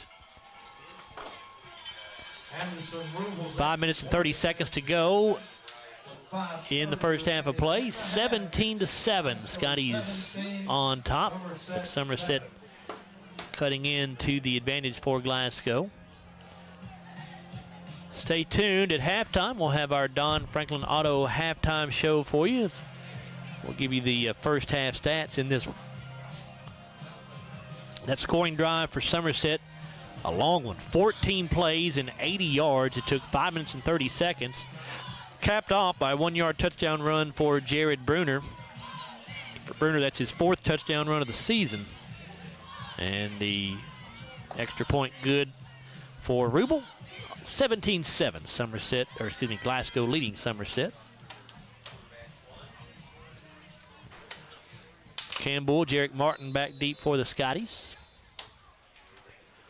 Ethan Rubel set to kick it away. Ethan Rubel to kick off for Somerset. Squib kick picked up by Landon Martin around the 41, and he'll get it to the 45-yard line. So excellent field position for the Scottie offense here. They'll take it with 5:25 to go in the second quarter. It's going to be John Reynolds on the tackle for the Briar Jumpers, as the Scotties are going to start with good field position. It's a first down 10. Glasgow starts at their own 45. 45-yard line.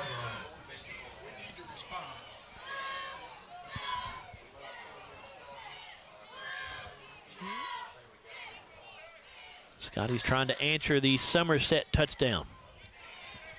Gum in shotgun, Bull to his right. Keyshawn Austin in there as a wide out here to the near side. Gum rolling to the near side under pressure. Has some room to run, and he will. And he got a yard to the 46. Good pursuit that time by the Somerset defenders. Shut that down pretty quickly for Hudson. It'll be second down and 9. Good one going on over Trojan Field. Berrien County and Allen County Scottsville. The Patriots on top of the Trojans 15-14 now in the second quarter with 31 seconds to go until halftime. Thought that might be a pretty good ball game. 3 receivers right, 1 to the left. Bull's the running back. Gum and shotgun. He'll throw on 2nd and 9. Rolling out to the right side this time. Hudson directing traffic. Lets it go. Pass is going to be intercepted at the 30-yard line. And across the 40 to the 45 and down to the 47-yard line, I believe. I believe it was Josh Bruner, the quarterback, who picked it off. So the Scotties with their first turnover of the night.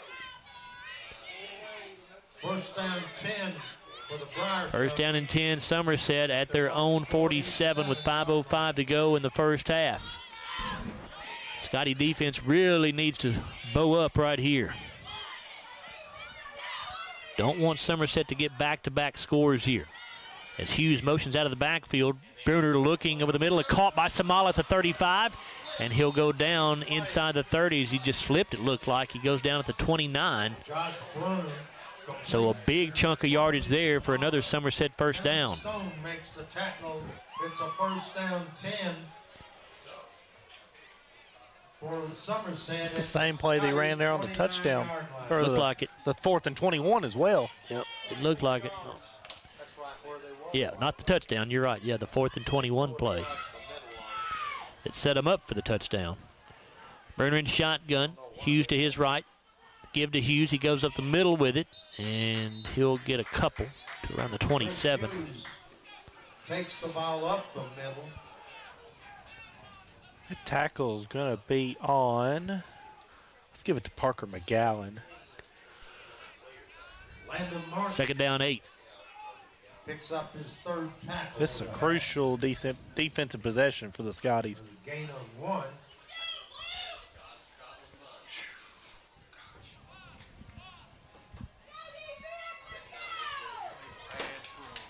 Second down 9. Bruner has Hughes in the backfield with him, fakes to him. Bruner keeps it himself off left side, and he is going to get it inside the 25 to around the 22, it looks like. It's going to be Landon Martin on the tackle, his 3rd of the evening. Back at the 23-yard line instead of the 22. 3rd down and 4 here for the Briar Jumpers in 4-down territory. 3:30 to go in the first half of play. Glasgow leads 17-7.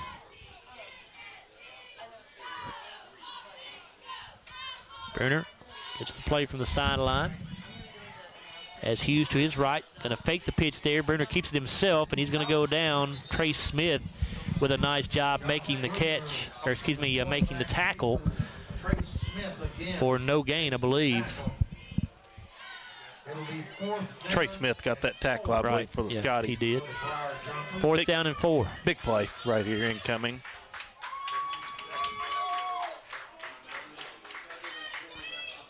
You're looking for a stop here on 4th down. Hughes in the backfield with Bruner. Sets up to his left. A wide out each way. Bruner wants to throw. Looking over the middle, has a man. It is incomplete. Great job that time. That's Kellen Stone who got back there and knocked the ball away. I thought Andrew Lawson was going to be able to make that catch, but Kellen got back there, got a hand on it to knock it away from him. And it's a turnover on downs for the Briar Jumpers. Good job there by the Scottie defense. Whew. 1st and 10 Glasgow. They'll start at their own 23. 2:37 left in the half.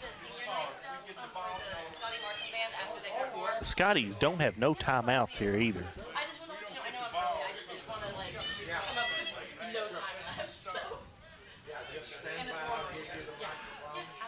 Gum shotgun. And now the Scotties had too many men on the field. Illegal participation going to be the call here. They broke the huddle with 12. So make it 1st and 15. Just the first penalty of the night on the Scotties.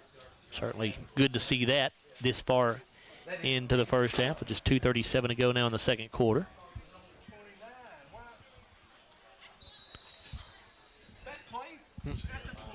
First down 15 with the ball spotted at the Scottie 19-yard line. 1st and 15 with the ball at the 18-yard line. Gum shotgun. Hudson gives it off to Cam Bull. Bull finds a little bit of a hole as he gets across the 20 up to around the 21, maybe the 22. Players slow to get up for the Scotties is Kievan Massey, but he appears to be okay. They will spot Bull down at the 21. So pick up of 3. It'll be 2nd down and 12. If nothing else, the Scotties want to run this clock out here in the first half. Somerset is going to get the ball to start the third quarter, so you don't want to give it back to them here at the end of the first half. Gum shotgun. Gives to Bull again. Cam gets hit in the backfield, bounces off that tackler, now gets all the way around to the right side. He's got a little something going here. He's across the 30 up to around the 31 or 32. Going to be shy of the first down, but he got good yardage. Going to be a yard or two shy. Looks like that tackle is going to go to Zach Carter for the Briar Jumpers, his first of the evening. Got it out to the 32-yard line, so it'll be 3rd down and a long one here for the Scotties. Pickup of 11 yards there for Bull. Cam has now carried it 7 times for 54 yards. Minute 22 left in the half. 3rd down in the yard here. Scotty's going to have to hurry to get this thing off. They do with 1 on the clock. Gum fakes the handoff, keeps it himself around the right side, and he will get the first down. He runs out of bounds to stop the clock at the 39-yard line. That is a Baird Private Wealth Management first down for the Scotties. They got a minute and 6 seconds from right here, so maybe get down here in field goal range. I'll tell you what, a play action pass right now. 1:06 left in the half. 17-7, Scotty's in front. Looking for a big play right here, I have a feeling.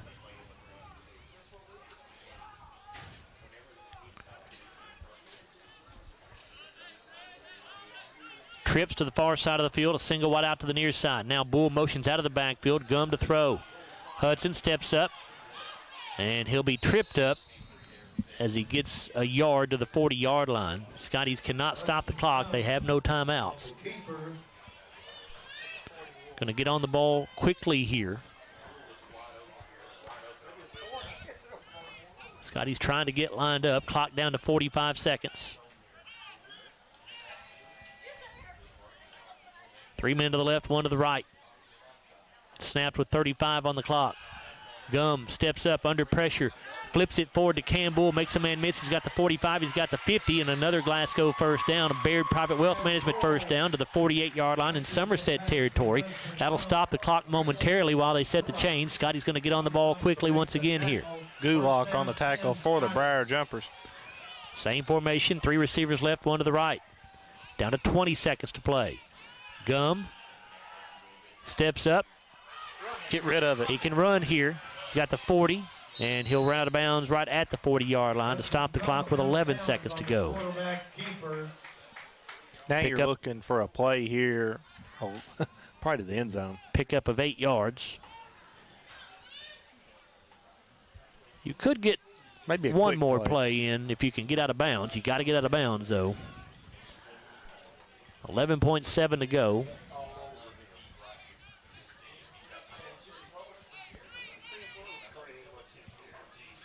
One thing you can't do is take a sack. 3 receivers left, 1 to the right. Gum looking. Lets it go. Looking for Jarek Martin, kind of a wounded duck. And Jarek comes down with it amongst 3 Somerset receivers. This clock will stop with 4 seconds to go as they set the change. Got to get up here and just clock it. That's right. Throw the ball into the ground to get the clock stopped. Clock it. And Hudson Gum does just that with 1 second remaining. The Scotties will try another field goal here. At the Briar Jumper 2. What a play there by Jarek Martin. Incredible. 3 Somerset defenders. We'll take a look at the SCRTC powered replay. And that's just throw it up and let the most athletic guy on the field go get it. That's all that was. Oh, field goal, okay. This will be a 24-yard try this time by Malagon from the right hash. He's already made from 27. Jared's kick is up, and it is once again good. Field goal of 24 yards. And that is the final play of the first half. And, boy, that couldn't have gone any better for the Scotties as they drive a long way in a short amount of time, and they get 3 points out of it. We'll go to halftime with Glasgow on top by a score of 20-7. We'll come back in a moment and take a look at the halftime stats brought to you by McDonald's on the Don Franklin Auto halftime show. Again, it's Glasgow 20, Somerset 7 here at the break. We're back after a 4-minute timeout here on WCOU Sports. So Aero Safety is an international safety consulting company based right here in Glasgow, Kentucky. We offer a wide variety of services, ranging anything from safety training to administrative services like policy procedures. It's any manufacturing, any industry around our area, we can apply that. And we can also make everything site-specific to the customer. So we make sure we're incorporating the company's policies, procedures, applicable hazards, equipment, things like that, that it's make it more relevant and engaging for the customer. Aero Safety is here to keep your employees safe and keep your business headed in the right direction. It's been an amazing 33 years. I've been blessed to have someone by my side that I can count on no matter what. Like 3 years ago when I had that car accident, you really came through for me. So I just want to say thank you, Alan, for being my Farm Bureau insurance agent. Kentucky Farm Bureau, big on commitment. Oh, he's been great too. Since 1980, Applebee's has been bringing great food and big smiles to Kentucky neighborhoods just like yours in Glasgow. Their extensive menu of delicious comfort foods has something for everyone to love. And Applebee's loves to support the community and cheer on the Glasgow Scotties. Remember to stop by Applebee's on any Scotties game night in your Scotties attire and get 10% off your meal and non-alcoholic beverages. Eating good in the neighborhood at Applebee's, just off Happy Valley Road across from Walmart. Our dental health plays a vital role in our overall health. Practicing good dental hygiene is especially important for children. When was your child's last checkup? Riley Dental Group is invested in making sure you and your family have the healthiest smile possible. They understand a dental visit may prompt anxiety or nervousness, but Dr. Riley and his team offer a variety of solutions, including a comforting and friendly visit from Bennett, their therapy dog. Call Riley Dental Group for an appointment, 651-5939. At Don Franklin, we're about more than just selling cars. We're about families, generations of them. Founded by my parents in 1968, we've been here growing alongside you. From the first family cart to the newest model for the next generation, our values of trust, care, and commitment are in every handshake, every deal. With over 5,000 vehicles to choose from, check them all out at DonFranklinAuto.com. Don Franklin, driven by family. Your Glasgow destination for the finest flavors of Mexico and more. Priced to keep you coming back again and again. Authentic and delectable. La Nacional International Market Deli and Taqueria. Real Mexican street-style tacos. Carne asada, picadas, ceviche, tripas, burritos, quesadillas, lengua, chorizo, tortas, and more. Always fresh. Made from scratch and delicious. La Nacional. Across from Hibbett Sports, Shane Drive, Glasgow. Have you injured yourself playing a sport or exercising? Sports medicine experts at TJ Regional Health are trained to get you back on the road to recovery. Whether you're dealing with sprains, fractures, knee and shoulder injuries, or other common injuries, our goal is to prevent illness and injury in active individuals of all ages and help prevent future problems to maximize your performance. Find out more at tjregionalhealth.org/rehab. Patients first, team always. TJ Rehabilitation Services. Glasgow Scotties football on WCLU 103.1 FM and AM 1490. And video streaming free at WCLUradio.com and on the Glasgow Scotties and WCLU YouTube channels. Glasgow Scotties football brought to you by Don Franklin Auto, Hardee's, Baird Private Wealth Management in Glasgow, La Nacional Restaurant, South Central Rural Telecommunications Cooperative, McDonald's, Aero Safety, Applebee's, The People's Bank, TJ Regional Health, and Kentucky Farm Bureau agent Joe Myers. It's time for the Don Franklin Auto Halftime Show. Ball here is Glasgow leads the Somerset Briar Jumpers by a score of 20-7 here at the break. Just getting a quick look at the halftime stats. Really, the stats are pretty even. Both offenses have done very well. The Scotties with 181 total yards and a really balanced attack with 70 yards rushing, 111 passing. Somerset 174 yards total. They're pretty balanced as well, but more run heavy, 117 yards rushing, 57 passing. Each team has a turnover here in this first quarter. But one of the big plays of the night, Chase, which got Glasgow on the board to open the scoring, was about a 36-yard or so pick six interception return for a touchdown for Jarek Martin. Yeah, I mean, he just got the tip ball there off the Somerset player and just took it right to the house. I mean, that's been the story of the Scotties' year, though, is they've been playing good defense, but the offense hasn't been there until the last few games. Yep. And as you can see it tonight, it's shown up once again against this good Somerset team. Yep. The last 6 quarters, the offense has played pretty darn good football. You look at the game last week against Butler County when they put up 56 points. Of course, 14 of those came on pick sixes for Kellen Stone, but still a good night for the Scottie offense last week and a good one so far this week for them as well. So it is time to take a look at our halftime stats here on the Don Franklin Auto Halftime Show. Halftime stats are brought to you by McDonald's of Glasgow. And for that, we'll turn things over to Chase and Bruce. Chase. Thank you, Joe. Somerset won the toss to start this game, and Somerset declined, so they're going to get the ball in the second half here. But the Scotties opened up with the ball at their own 39-yard line to start the game. They went 3 and out as both teams traded punts here between Glasgow and Somerset. Glasgow punted twice in the first 4 minutes, and Somerset punted once. So Somerset, at 8:28 left in the first quarter, got the ball back, but 2 plays later was Jarek Martin coming in there for that interception. It was a 36-yard interception that was returned for a touchdown.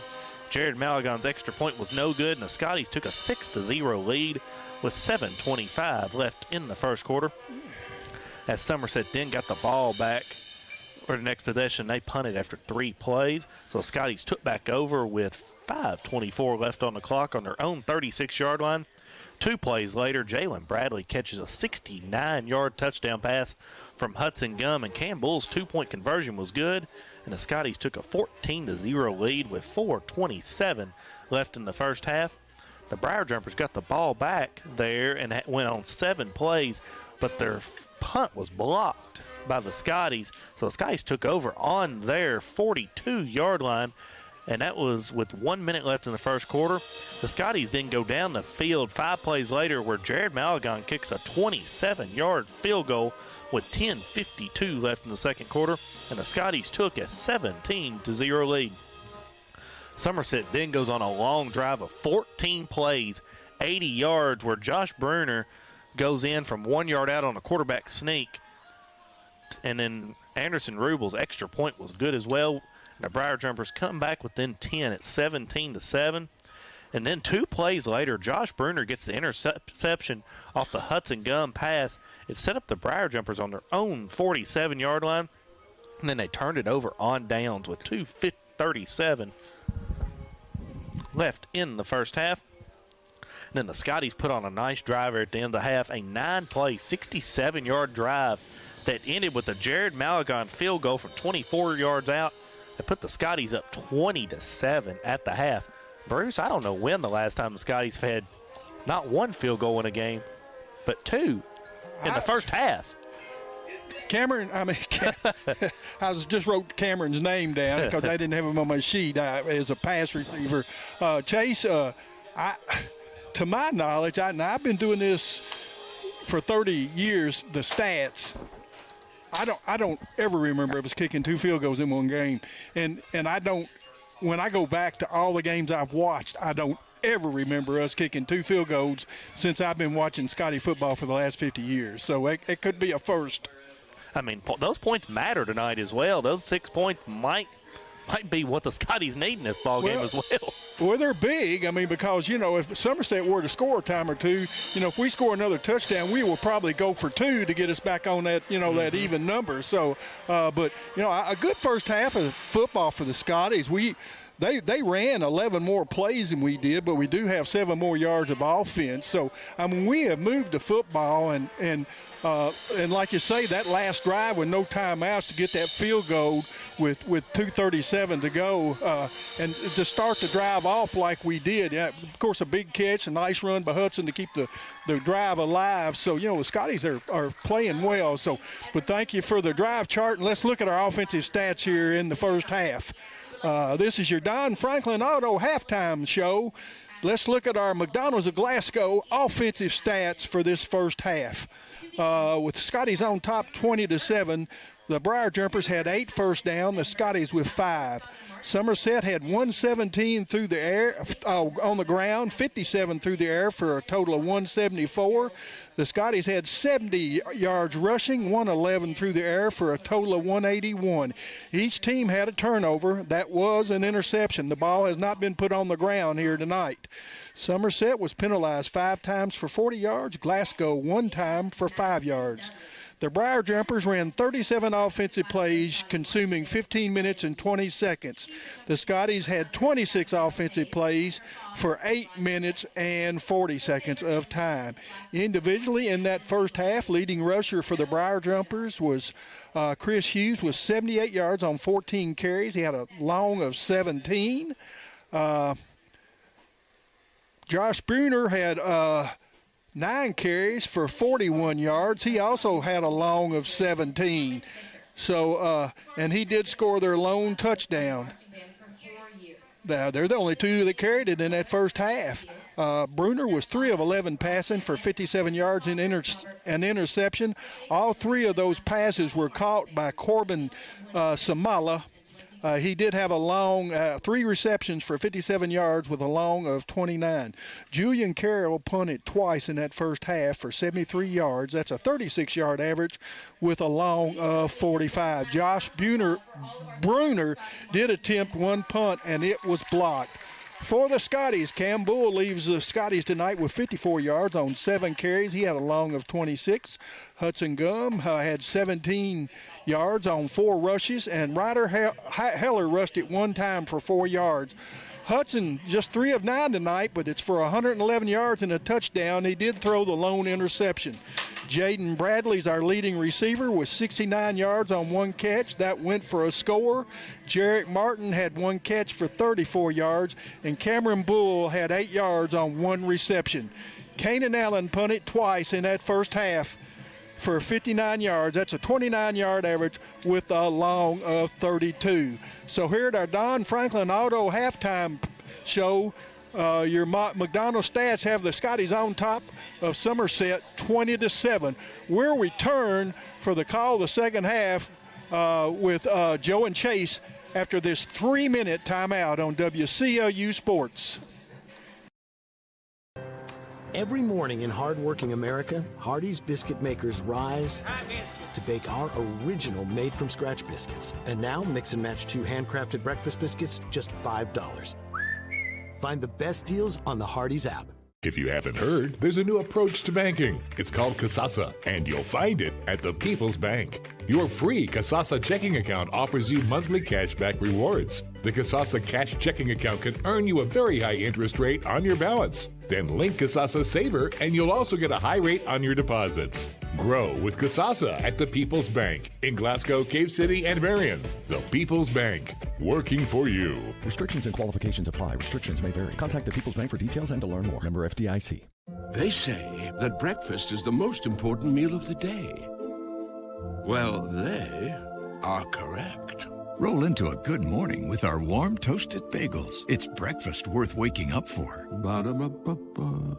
I just did it, but I waited way too long. Trust me, it's about time you left cable TV behind and started saving with MyStream TV from SCRTC. Already have TV with SCRTC and you still have cable boxes and wires everywhere? Talk to SCRTC about MyStream TV and compare it to your current service. The best thing about MyStream TV, you'll save money and get up to 1 gig symmetrical internet. Visit scrtc.com and click on the MyStream TV logo at the top to start saving on cable today.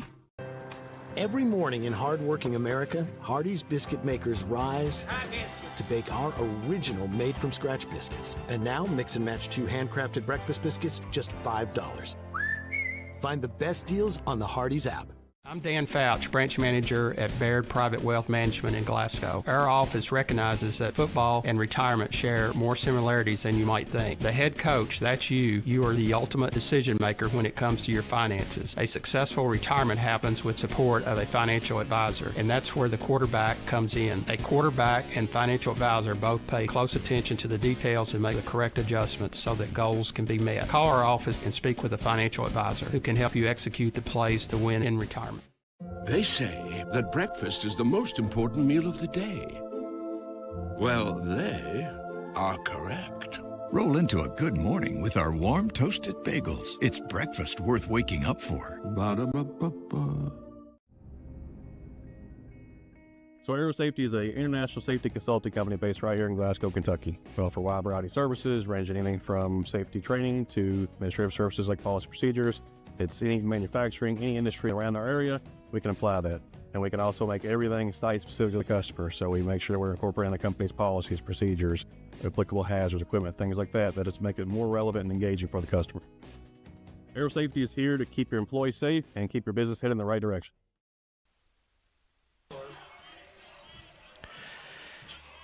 Back here at Glasgow High School's Hank Royse Stadium, we are a couple of minutes away from the start of the third quarter. Glasgow on top of Somerset here at halftime by a score of 20-7. Briar Jumpers are going to get the ball to start the third quarter.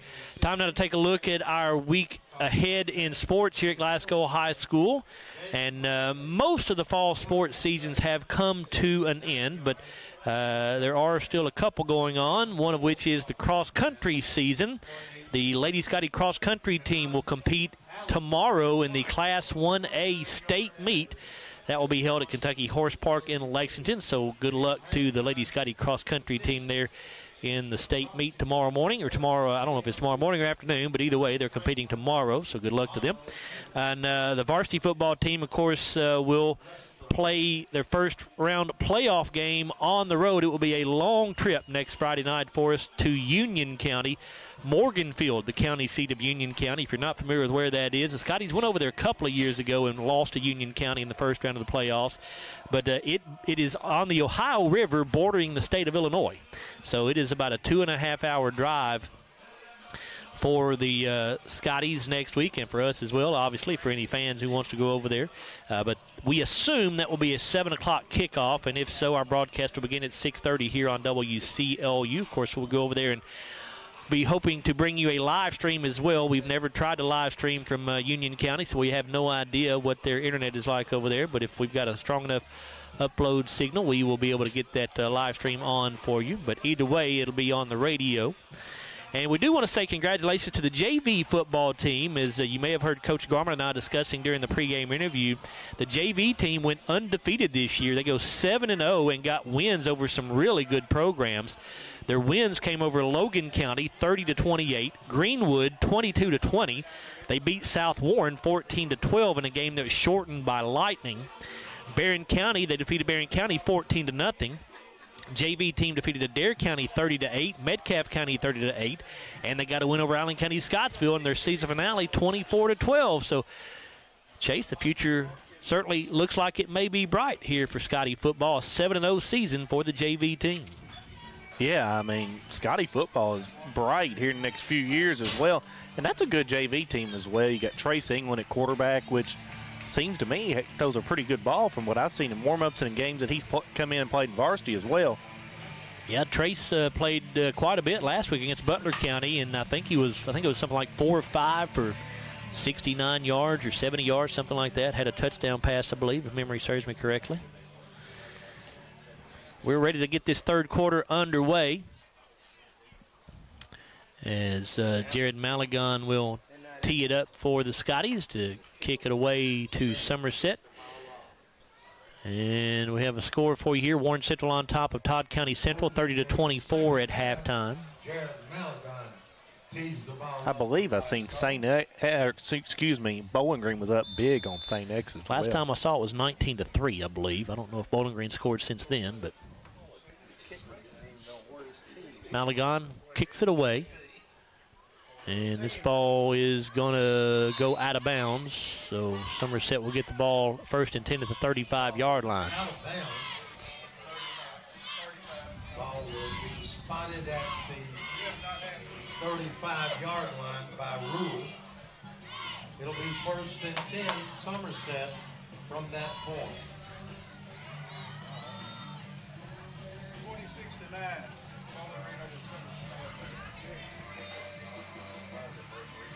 Bowling Green now leads St. X 26-9.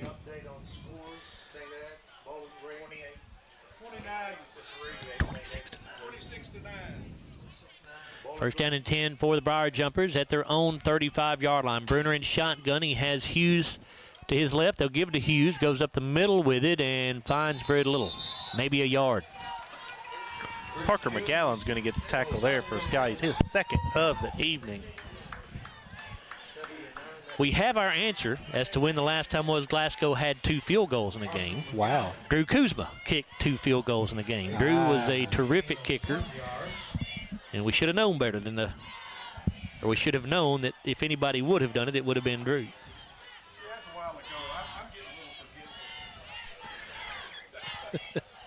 Bruce says he's getting a little forgetful. Yes, so am I. Second down and 9. Bruner in shotgun with the back on either side. Here's the give to Hughes, and he is going to go down for a loss. Boy, the Scotties got great penetration. There were 2 or 3 Scotties in the backfield that time. We'll give Landon Martin that tackle. That's his 4th of the evening, as now the Briar Jumpers are in 3rd and long. Loss 2 back to the 34. It'll be 3rd down and 11. And you're looking to key in on Chris Hughes here on this 3rd down play.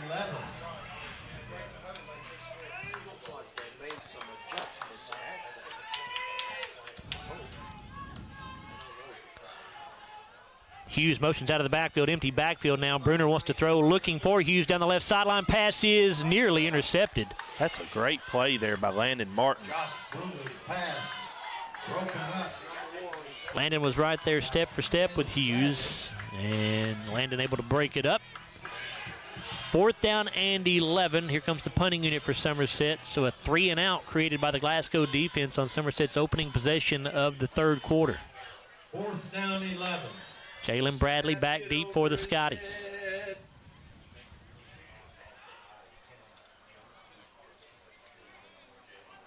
Good snap. Kick is away by Julian Carroll. It's a high, short kick. Bounces at the 49 and takes a Glasgow bounce. It goes backwards and will be downed at the 45-yard line in Glasgow territory. That will be an 11-yard punt. At the Somerset 45. It'll be first down and 10. So Glasgow right now has everything going their way, leading 20-7, 10:26 to go in the third quarter, and they'll take over at the Somerset 45.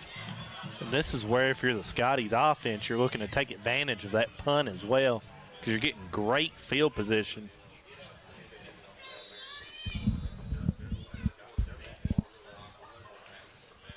Kanan Allen, Jarek Martin, Kellen Stone all split wide to the left side. Jalen Bradley, the wide out to the right. Gum in shotgun. Bull in the backfield. Fake to Bull. Gum keeps it around the left side. And nothing.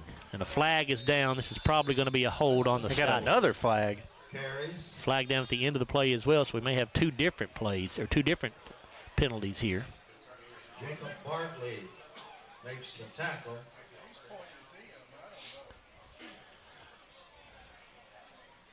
Hopefully they'll be offsetting because you feel confident that one of them is a hold on the Scotties. There is the hold on Glasgow and a face mask on Somerset. So they will be offsetting penalties. So we'll replay the down. It'll be first down and 10 once again.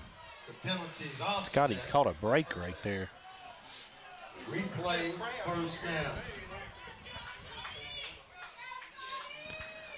10:20 to go in the third quarter. 20-7, Glasgow leading Somerset. We never did give you the officials for tonight's ball game. The referee is Jeff Burris, umpire Greg Meacham, linesman Larry Milam, line judge Jack Wright, back judge Zach Eisenberg, field judge Arlen Mink, side judge Garland Gilliam. First down 10, Gum in shotgun. He's got two receivers each way. Hudson looking to the left side, now tucks it, rolling out here, trying to get away from the sack. He fumbles the ball, but it goes out of bounds. Hudson Gum is brought down. But it is going to be a big loss back into Somerset territory at the 49-yard line, so a loss of 6. It'll be second down and 16. Zach Koger on the tackle for the Briar Jumpers. That's a 7-yard loss. 6-yard loss for the Scotties on that play. Bruce says it's Glasgow's only their second negative play of the entire night. Gotta like that. Second down 16 here. Two receivers to each side. Gum again in shotgun. Bull in the backfield with him. Fake to Cam. Gum on a quarterback keeper. Nowhere to go. Scotties did not block on that play. Two Somerset defenders in the backfield to meet Hudson just as soon as he tried the fake to Bull. He'll lose more yardage. Back to the 44. A loss of 5 more yards. Koger on the tackle again there. He was met with Zach Carter as well, as the Scotties are now in 3rd and 21. Third down, 21.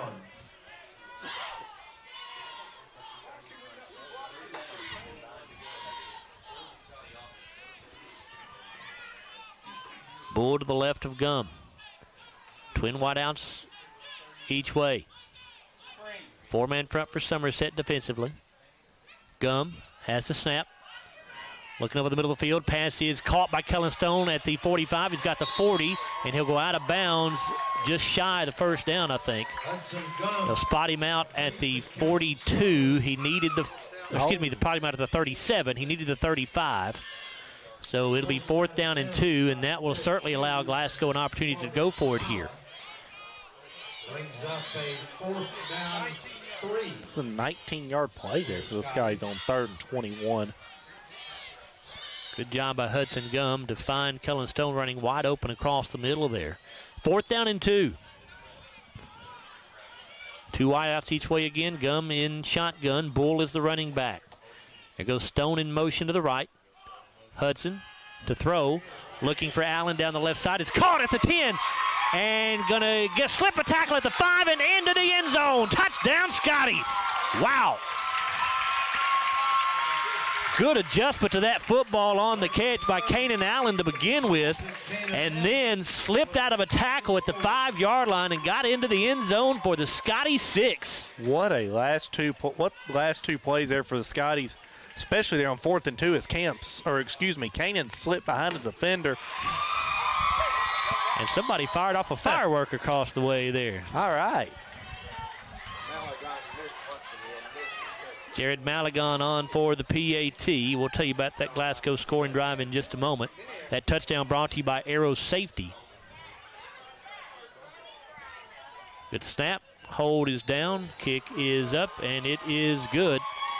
Glasgow now up by 20, 27-7 with 9:08 to go in the third quarter of play.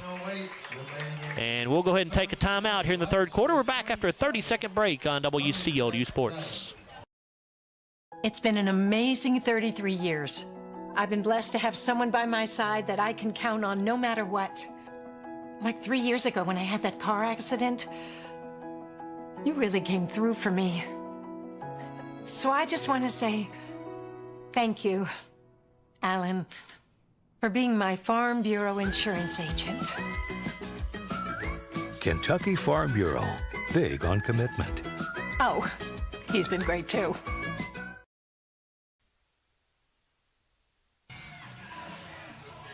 Joe Myers, Chase Lander, and Bruce W. back here with you. Glasgow going up 27-7 with 9:08 to go in the third quarter after a 4-play, 45-yard drive that took 1 minute and 18 seconds. And it was a 47-yard touchdown pass from Hudson Gum to Kanan Allen. And the extra point added by Jared Maligon. Here's the kick off by Maligon. It takes a big hop over the head of Samala. He fields it back at the 5, back to the 10, now the 15. And he'll run out of bounds around the 20-yard line. 15-yard return for Samala. Kellen Stone on the tackle, his first of the evening.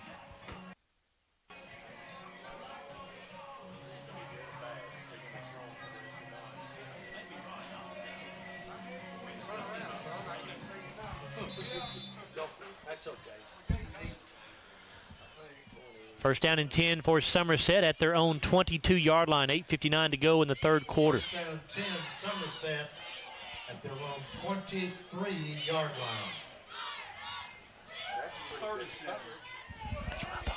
Make that a 37-yard touchdown pass from Hudson Gum to Kanan Allen a moment ago.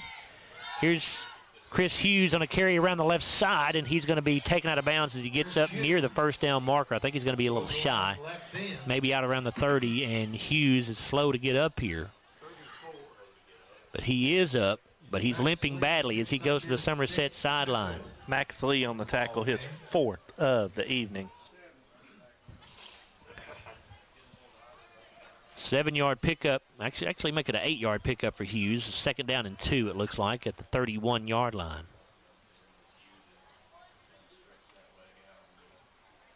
Game of 8, second down 2. Into the game at running back is Grayson Gulak in Hughes' place. We'll see if Hughes can come back tonight. Bruner on a quarterback keeper on the left side, and the Scotties stuff him. Josh Bruner. Might have gotten back to the line of scrimmage, but I think that'll be all. It'll be third down here. Met by a host of Scotties there. We'll give it to Contreras again, his 7th of the evening. They do say no gain. So 3rd and 2 at their own 31 for Somerset. And now Hughes will come back into the ball game. Boy, he does not look good. He's limping pretty badly as he runs out there to the huddle. Call it 3rd down and 2. He replaces Gulak. 8:15 to go in the third quarter. 27-17 Scotties.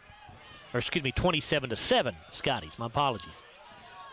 Bruner in pistol will give to Hughes, and he's hit and dropped for a loss. That's Trace Smith who darted in there.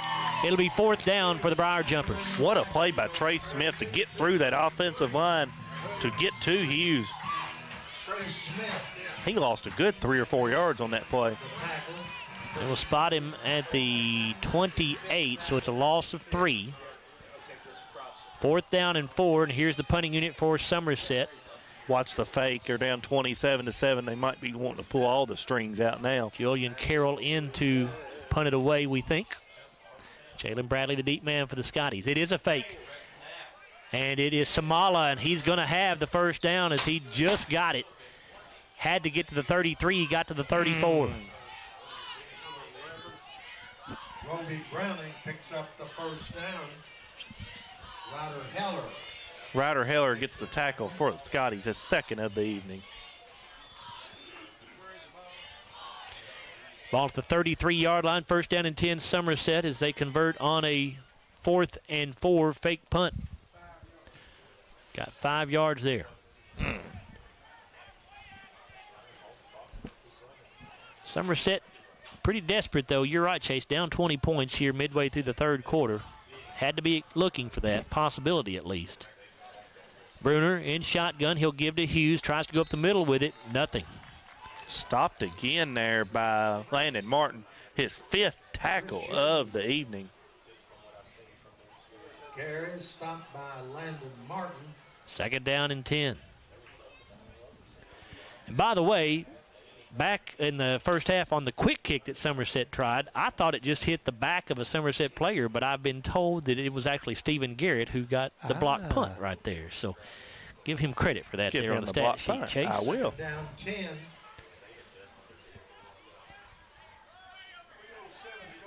Bruner in shotgun. Hughes to his right. Bruner to throw. Looking to the left side. Pass is caught by Samala, but he goes down on his knees when he made the catch at the 37-yard line. Pick up of 4 yards. It'll be 3rd down and 6. And you have to feel like that this is 4-down territory for Somerset, even though they're at their own 37-yard line. They've already went for it on a fake punt on this possession. Glasgow on top, 27-7. Scotties, so far to this point, have played their most complete game of the season, if you ask me. Bruner in shotgun. Fakes the throw. Now lets it go. Looking down here the right sideline. The pass is going to be picked off. That's Jarek Martin at the 30-yard line. 2nd interception of the night for Jarek Martin. Intended receiver that time was Isaiah Lewis, but Jarek had it covered very well. Went up and snatched it out of midair. And the Scotties will take over 1st down and 10 at their own 30 with 5:24 to go in the 3rd quarter, leading 27-7. 3rd interception of the season for Jarek. First one he had tonight back in the first half went for a pick 6. What about Barron and Allen? 15-14, 3rd quarter. Barron just scored to go ahead. Hudson Gum under center here with Geary and Bull in a straight I formation. Here's the give to Bull. He'll take it off left tackle and get it out close to the 35-yard line, maybe even the 36. We'll spot him closer to the 36, I think, so we'll say it's a gain of 6, 2nd down and 4. Chris Hughes on the tackle there for the Briar Jumpers. What was that Barron County score, Bruce? Barron County, we think, has taken the lead. They just scored, according to Bruce. Caverna leading Monroe County 22-20 through 3 quarters of play. Or actually at halftime. I'm sorry, that's at halftime. I formation again in the backfield. Gum gives to Bull, and Cam will take it off right tackle and be down around the 38. That tackle is from Zach Coker, his 4th. Let me correct that. That was actually Ryder Heller on the carry. My fault. Coger's 4th tackle of the evening. Barron County leads Allen County Scottsville 20-15 in the 3rd quarter. So they go back and forth in that one.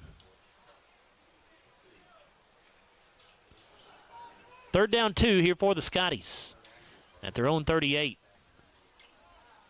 Bull back in there at tailback this time. Geary the fullback. They'll pitch it to Bull around the right side. Cam will have his Baird Private Wealth Management 1st down as he crosses the 40 to the 43-yard line. Coger with his 5th tackle of the evening, and the Scotties get the 1st down. 1st down, Glasgow. Again, a Baird Private Wealth Management 1st down for the Scotties.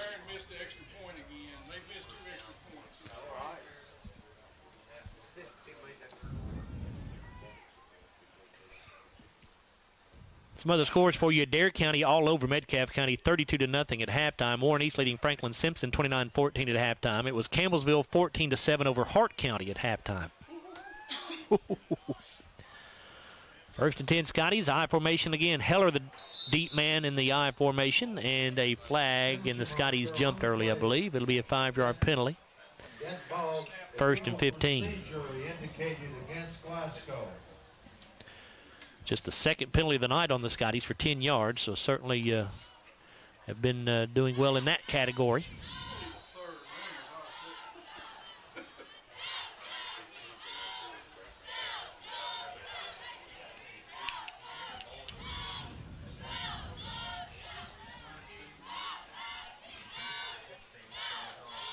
First down, 15. Heller again, the deep man in the I formation. Geary, the fullback. Gum fumbles the snap, and the ball is loose, and Somerset has it. Man. Looked like to me Somerset got it. No, actually, they say Glasgow got back on it. And Gum is down in the backfield. Recovered by Glasgow. Hudson getting up slowly. Their fumble recovered by Jordan Huffman for the Scotties. So Jordan saves the day, and actually positive yardage as the ball spotted down at the 41-yard line. Hudson holding the back of his neck. Coming off the field, and he'll have to come out of the ball game. He'll be replaced by freshman quarterback Trace England.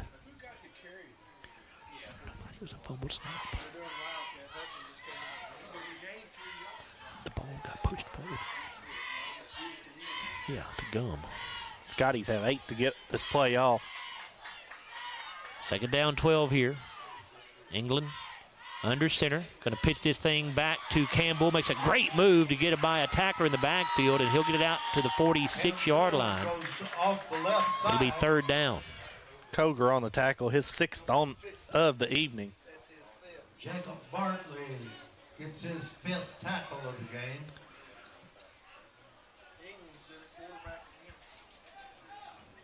Third down, 7. Trace England staying in at quarterback right now. I'm looking for Hudson Gum on the sideline. He's over here on the right Okay, side. I see him now, yep. Working with John Vaughn, the Scottie trainer. Third down, 7 here for the Scotties.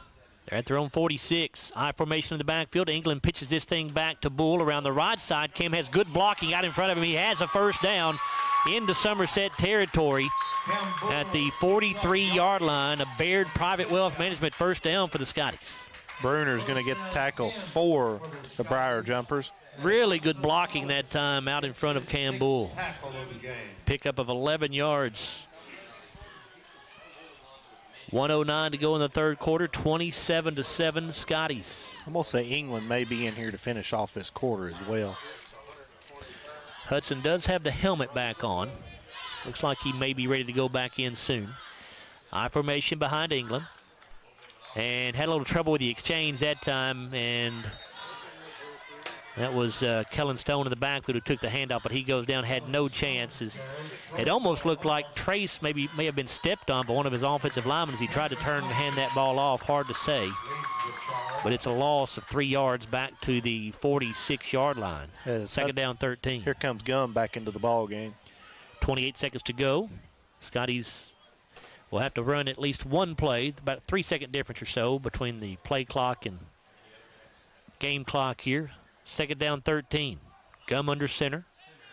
Backs in the I formation behind him. Kellen Stone is the deep man. And now a flag is down. Did somebody move? False start on Glasgow. Boy, I didn't see anything there. Wow. Couldn't have been much more than maybe just a flinch by one of the offensive linemen or something. I didn't see any movement up front. I had the binoculars on it. 5-yard penalty moves the ball back into the Scotties' own territory at the 49, but that will bring an end to the third quarter of play. So far, so good for the Scotties. Glasgow playing very well through 3 quarters. It's the Scotties 27, Somerset 7. We're back after a 1-minute timeout here on WCLU Sports. Since 1980, Applebee's has been bringing great food and big smiles to Kentucky neighborhoods just like yours in Glasgow. Their extensive menu of delicious comfort foods has something for everyone to love. And Applebee's loves to support the community and cheer on the Glasgow Scotties. Remember to stop by Applebee's on any Scotties game night in your Scotties attire and get 10% off your meal and non-alcoholic beverages. Eating good in the neighborhood at Applebee's, just off Happy Valley Road across from Walmart. Our dental health plays a vital role in our overall health. Practicing good dental hygiene is especially important for children. When was your child's last checkup? Riley Dental Group is invested in making sure you and your family have the healthiest smile possible. They understand a dental visit may prompt anxiety or nervousness, but Dr. Riley and his team offer a variety of solutions, including a comforting and friendly visit from Bennett, their therapy dog. Call Riley Dental Group for an appointment, 651-5939. Welcome back here to Hank Royse Stadium. Joe Myers alongside Chase Landrum and Bruce Tabue. Scotties on top 27-7 over the number 7 ranked team in Class 2A, the Somerset Briar Jumpers. Play resumes. Glasgow with a football here. 2nd down and 8 for the Scotties. The ball spotted at Glasgow's own 49-yard line. We'll take a look at the stats through 3 quarters after this play. Hudson Gum under center. Power I formation in the backfield. I thought we were like in 2nd and 13 or something right here. Some confusion here on the alignment for the Scotties. Yeah, I think you're right, Chase. The down and distance is not correct. It is 2nd down, but it should be like 2nd down and 13. Because we had that 5-yard penalty there on the false start. Yeah, that's right. Should be like maybe 2nd down and 17. I think you're right. It was 2nd and 12 before the penalty, I'm pretty sure. And the Somerset head coach, Clay Clevenger, is trying to discuss this with the officials to let them know that they're making a mistake, and he's correct. They are making a mistake. Barron County leads Allen County Scottsville 22-15 after 3 quarters of play. So that means, I guess, Barron County got a safety. They were up 20-15. No, they got the 2-point conversion. I thought they said they missed the extra point. Okay, I got you. They're still talking this over with Clay Clevenger, and he's got a valid point. Well, he's right. He's right. He's simply correct, and the officials are just making a mistake right here if they don't make it 2nd and 17. It was 1st and 15, so we gained 3 yards on the 1st down, so it should be 2nd and 12. No, but then you had the penalty, right? So it's 2nd and 17, right? Either way, I know 2nd and 8 is not right. That's for sure. But it's not going to get corrected. It is not. And Coach Clevenger is not very happy over there on the sideline. He's throwing his arms up in the air. And now the officials are still talking about it, though, so we'll see.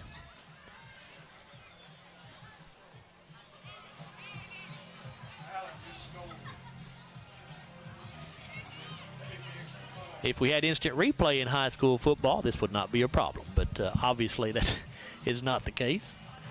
What's the score of the Hart County game?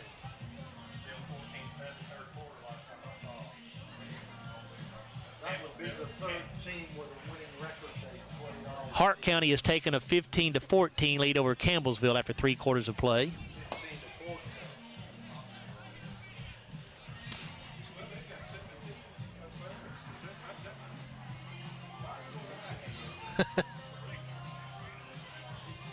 They're still trying to sort this out on the field, and officials are going to leave it. It looks like it's 2nd. Now here they go. Now they are. Yeah, they're going to get it right. Okay, so they had the spot. They had the down marker in the right place, but they did not have the chains in the right place. So it is 2nd down and about 13 now. I don't know that that's right either, but close enough, that's right. 2nd down and 13 here. 2nd down, 13, Glasgow. Power I formation. Bull dots the I. Single wide out here to the near side. Gum going to give it off on an inside handoff to Ryder Heller. He's got the 40, he's got the 35, and he's tripped up. A likely touchdown-saving tackle made that time as Heller is spotted down around the 25-yard line. Good, nice run there by Ryder Heller. Tackle goes to John Reynolds, his 3rd of the evening. They'll back it up to the 26. 25-yard run there for Ryder Heller. Through 3 quarters of play, Glasgow had 8 first downs, Somerset 9. Scotties 88 yards rushing, 167 passing, a total of 255. Somerset 122 rushing, 61 passing, total of 183. Once again, a power I set to the right side. Bull, the deep man. Heller and Geary are the fullbacks. And now a delay of game here coming for the Scotties. Glasgow had time to get it off. Hudson just lost track of the play clock there, so that'll back them up 5 yards. It'll be 1st and 15 now. Bowling Green defeats Louisville St. X 26-9. Quite a win there for the Bowling Green Purples. Against their ex-head coach as well. That's right. Kevin Wallace, the head coach at St. X, who had much success at Bowling Green as their head coach. Warren East now leads Franklin Simpson 36-20 at the end of the third quarter there. Heller and Geary again in the power eye. They're the fullbacks, and now what do we have here? A timeout taken by the Scotties. Glasgow just can't get it right here on this play. So the Scotties burn their first timeout here in the fourth quarter. We'll stay right here. I want to take a look at the rest of these fourth quarter stats through 3 quarters of play. Glasgow had 1 turnover, 2 turnovers for Somerset through 3 quarters. Scotties have a interception on the night for their one turnover. Somerset has thrown 2 picks. Somerset penalized 5 times for 40 yards. Glasgow 3 for 15. Scotties through 3 quarters have had the ball for 37 offensive plays, 14 minutes and 18 seconds. Somerset 47 offensive plays, 21 minutes and 42 seconds. Butler County looks like they may be headed to their first win of the season as they lead Ohio County 21-0 after 3 quarters of play. And it is Caverna on top of Monroe County 30-28, late stages of the third quarter there.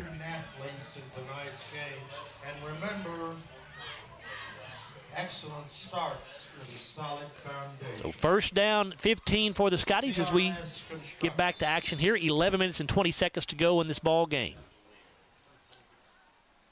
Campbell, the deep man in the power eye set. They'll give to Bull. He flips it back to Hudson Gum, and Hudson's going to be sacked.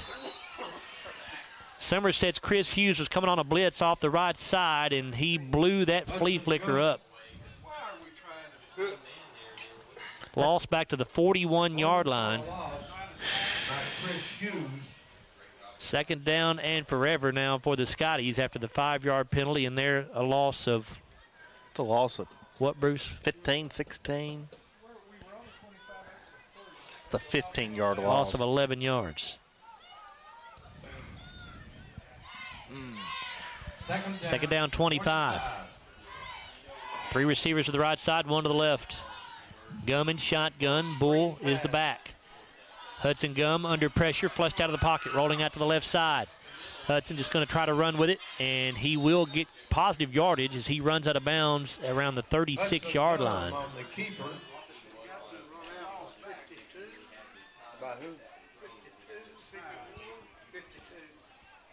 Pickup of 5 yards to the 36.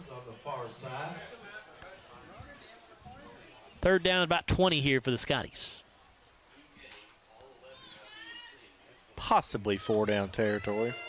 Up 27-7, 10:25 to go. You could do that, or you could try to pin them deep. Depends on what you pick up here on third down, I'd say. Or maybe not. Maybe you go for it regardless.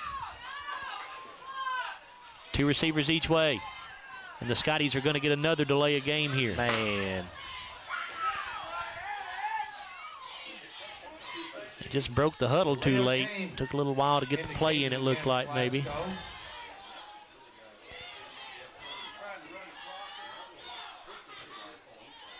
So certainly been a very good night for the Scottie offense, but not so much on this possession, series of downs. Now third down at about 25. Ball back at the 41-yard line. 2 wideouts each way. Gum in shotgun. Here comes Cullen Stone in motion to the near side. Here's the snap. Gum steps up, lets it go downfield, has a man caught by Jarek Martin. He gets a foot in bounds. It's going to be out of bounds around the 25, I think, Chase. Yeah, I believe that's right. 16-yard pickup. So that does put Glasgow in position to certainly go forward here on 4th down and 9, down at the Somerset 25. I mean, even if they don't get anything out of this drive, they've wasted about 7 to 8 minutes off the clock. Over 7 minutes. Bruce says it's been over 7 minutes off the clock on this possession. Gum and shotgun here on 4th and 9. Under pressure. Rolling out to the left, he'll be sacked. And he's going to lose 15 yards, so Somerset's going to take over at their own 40-yard line with Zach Fogler gets in for his 4th tackle of the game. 9:52 to go in the ball game. First down 10, Briar Jumpers at their own 40-yard line. 1st and 10, Somerset at their own 40. Glasgow leads 27-7, 9:52 to go. If you're the Scotties, you just don't want to give up big plays. Make them work the ball down the field, make them use clock. Hughes, the running back, Bruner in shotgun. Now Samala motions into the backfield. They'll give it off to him. Goes off right tackle, finds some room. He's across the 45, and he'll be close to a first down. He's out of bounds right at the marker. A 10-yard pickup to the 50. 1st and 10, Briar Jumpers.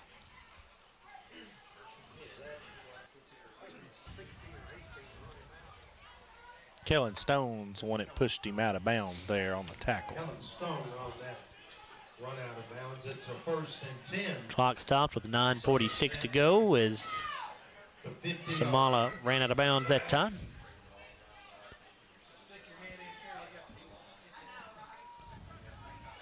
Two receivers to the near side. Bruner in shotgun. Actually, it's a direct snap to Hughes, trying to get around the right side, and the Scotties string it out very nicely to the short side of the field. It's going to be a loss of about 3 yards, it looks like, back to the 47. Looks like Stone was over there and Trace Smith as well.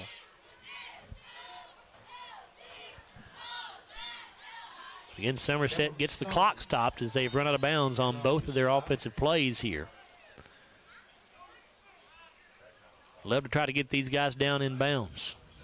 2nd down, 13. 2nd down, 13. Briar Jumpers back at their own 47.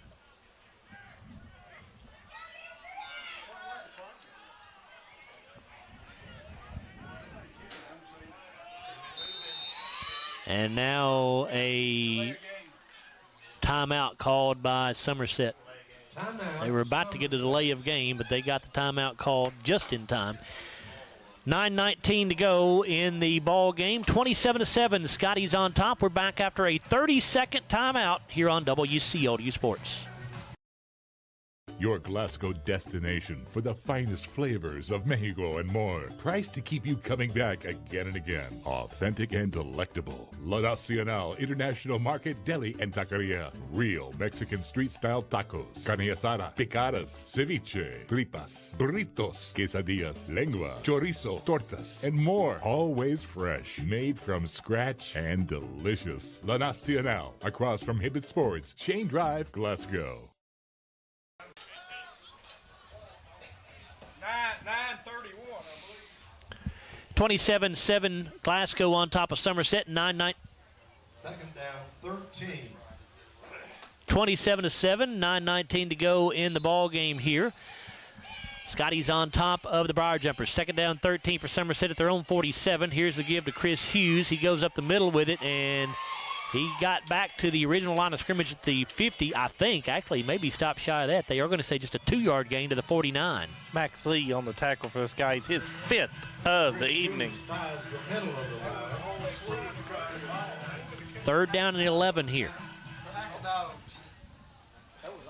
Stopped by the center of the Scottie line, brings up 3rd down and 11. Backup dog. Hughes to the right of Bruner. Two receivers to the right side, wing back on the left. Scotty's coming on a blitz up the middle. Bruner under pressure, gets away, and now he does it. Sacked by Trey Smith back at the 42-yard line. Good job by Trace to stay with the play. Missed him initially as Bruner was able to slip out of the tackle, but then he came back from behind and took him down for a big loss, and here comes the punting unit for Somerset. Of course, they've already faked one punt earlier. This is a much longer down and distance, though. This is about 4th and 17 here. Watch that fake punt. Julian Carroll in punt formation. Jalen Bradley back deep for the Scotties. They do snap it through, and the punt is away. End over end kick, bounces at the 29. Takes another big Somerset roll inside the 15. And down around the 14-yard line, it appears. But the Scottie defense does its job as they get the ball back, and the Scotties maintain their 20-point advantage, 27-7 with 7:46 to go in the game. A punt of 44 yards that time for Julian Carroll.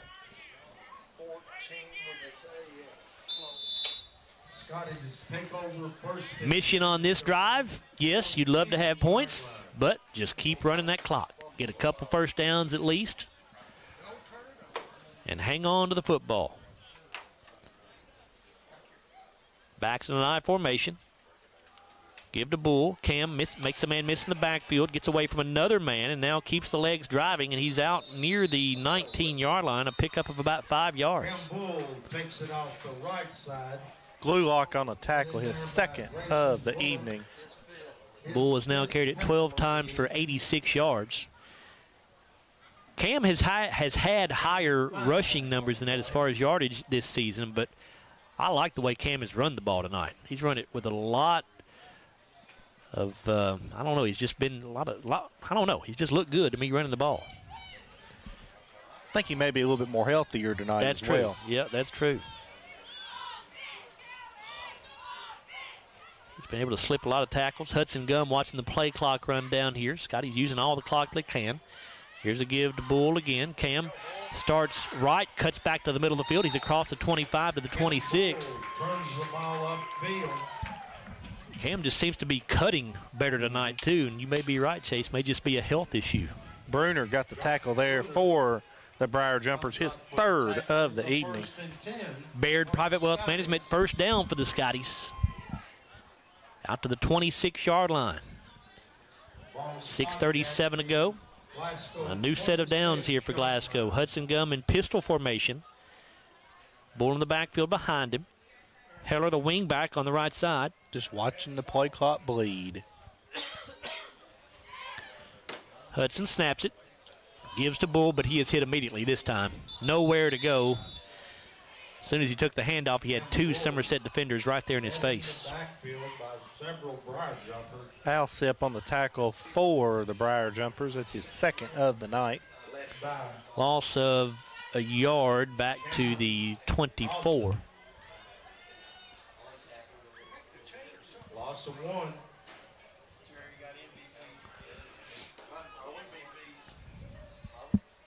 Second down, 12.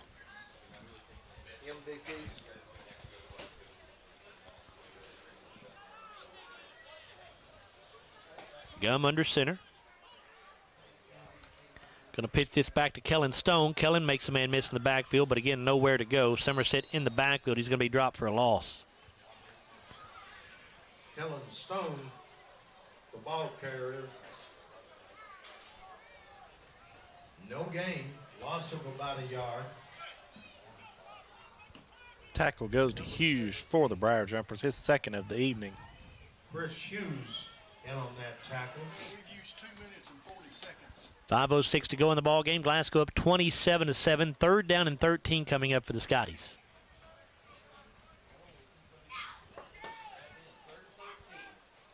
Third down, 13 for the Glasgow Scotties. Gum in shotgun, trips to the near side of the field. Hudson, actually, what do you have? A whistle, and what do we have? Blown dead ball. Dead ball foul, false start on the Scotties. Indicated against Glasgow. 6 Glasgow penalty for 30 yards now.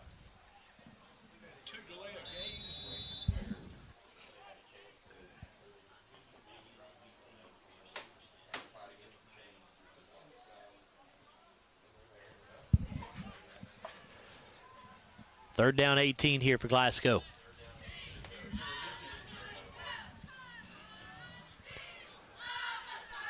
Bull motions out of the backfield, empty backfield now, setting up a screen. Pass going to be incomplete.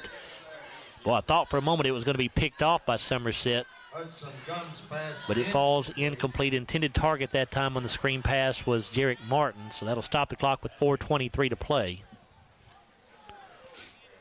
Brings up a 4th down, 18 for Glasgow. Somerset will likely be coming after this punt as Caden Allen goes in to punt it for the 3rd time tonight. Chris Hughes waiting on the kick. Don't want to give him a chance. If I'm Caden, I'm punting this thing out of bounds. Snap is high, and Allen just going to go back, and he cannot recover it. Somerset does. It's a touchdown. Man. Somerset recovers the Glasgow fumble for Briar Jumpers. So with 4:18 to go in the ball game, this game is not over, as the Briar Jumpers pull back to within a 27-13 deficit. Who recovered that in the end zone there? I was not watching that, Chase. I'm going to be honest with you. So on for the extra point is Anderson Rubel.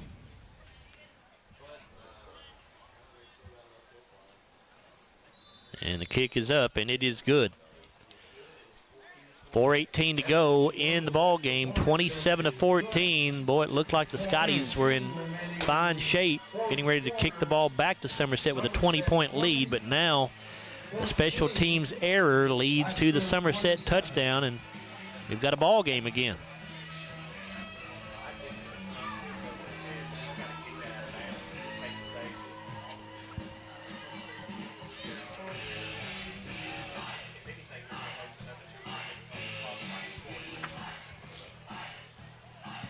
And now the Scotties will set up their hands team looking for an onside kick from the Briar Jumpers with 4:18 to play.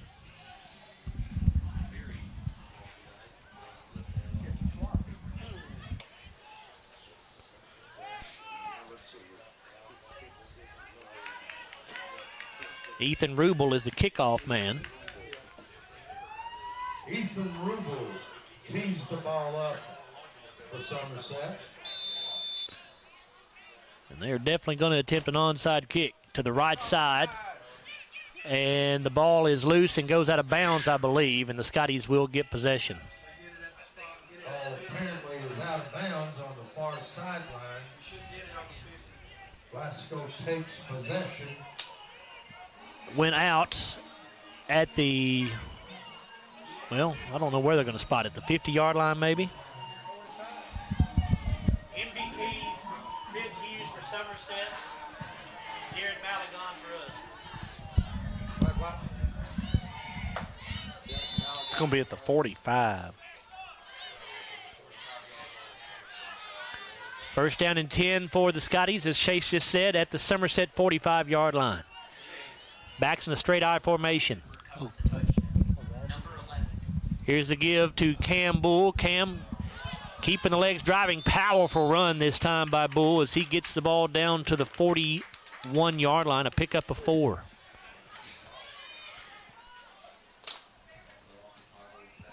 Cam Bull carries. Chase, did Matthew tell you who recovered that fumble for the touchdown for Somerset? Austin Wallace, number 11, was the one that recovered that ball in the end zone. Second down and 6. Clock at 3:44. Somerset has 2 timeouts left. Scotties lead 27-14. Gum's going to let the play clock run down here before he snaps it. Snaps it with 5 on the clock. Gives to Bull. Cam will get it out to the 34-yard line. Going to be really close to a first down. It will be a Baird Private Wealth Management first down, a pickup of 7 yards there. Koger on the tackle for the Briar Jumpers, his 8th of the evening. First and 10. Scotties at the Somerset 39, or 34, excuse me.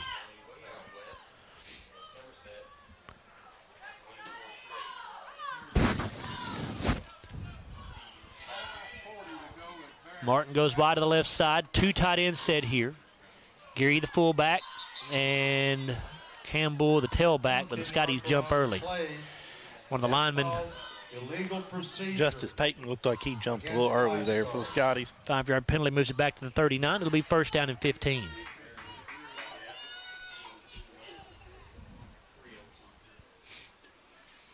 Scotties' penalties are starting to rack up here a little bit in this half.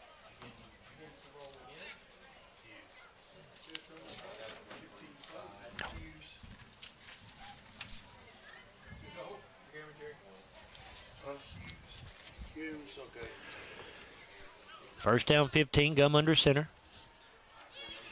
Gives to Bull. Cam makes a nice move to get away in the backfield. He's still on his feet as he's going to have a first down inside the 25, down around the 22-yard line. Chris Hughes on the tackle, his third of the evening, and you can just see a jolt of energy here for Cam Bull in this second half. Cam Bull now with 17 carries for 120 yards. Scotties now over 300 yards of total offense in this ball game.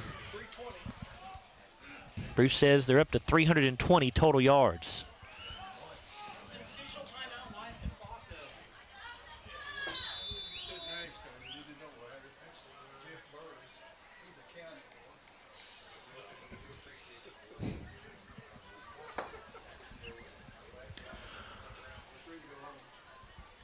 Gary and Heller in the backfield. Heller now the tailback in there for Cam Bull. Again, Gum going to let the play clock run down just at 12 right now. It'll snap it around 5. Game clock down to 1:45. Here's the give to Heller. Ryder goes off right tackle, and he's going to go down around the 20. Ryder Heller goes off tackle right for the Scotties as Austin Lawless got the tackle there for the Briar Jumpers, his third of the evening. Ball spotted right at the 20-yard line.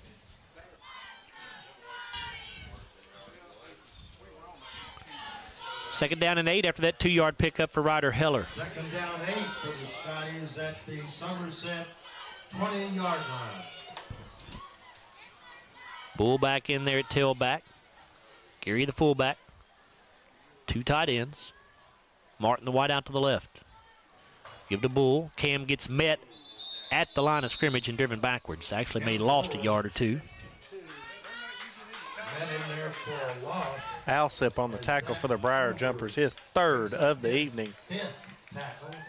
Scotties will only need to run one more play and they can just take a knee. Boy, what a performance tonight for the Scotties. I don't think many people gave Glasgow a chance coming into this thing. But to me, for my money, this is by far their most complete game of the season on both offense and defense, and gives you a lot of hope going into that playoff game next week at Union County. Especially sending out your seniors on this way as well. Good point, Chase. Great point. Here's a give to Bull. Cam goes around the right side, and he'll go down around the 23. And that's going to be the final play of the ball game.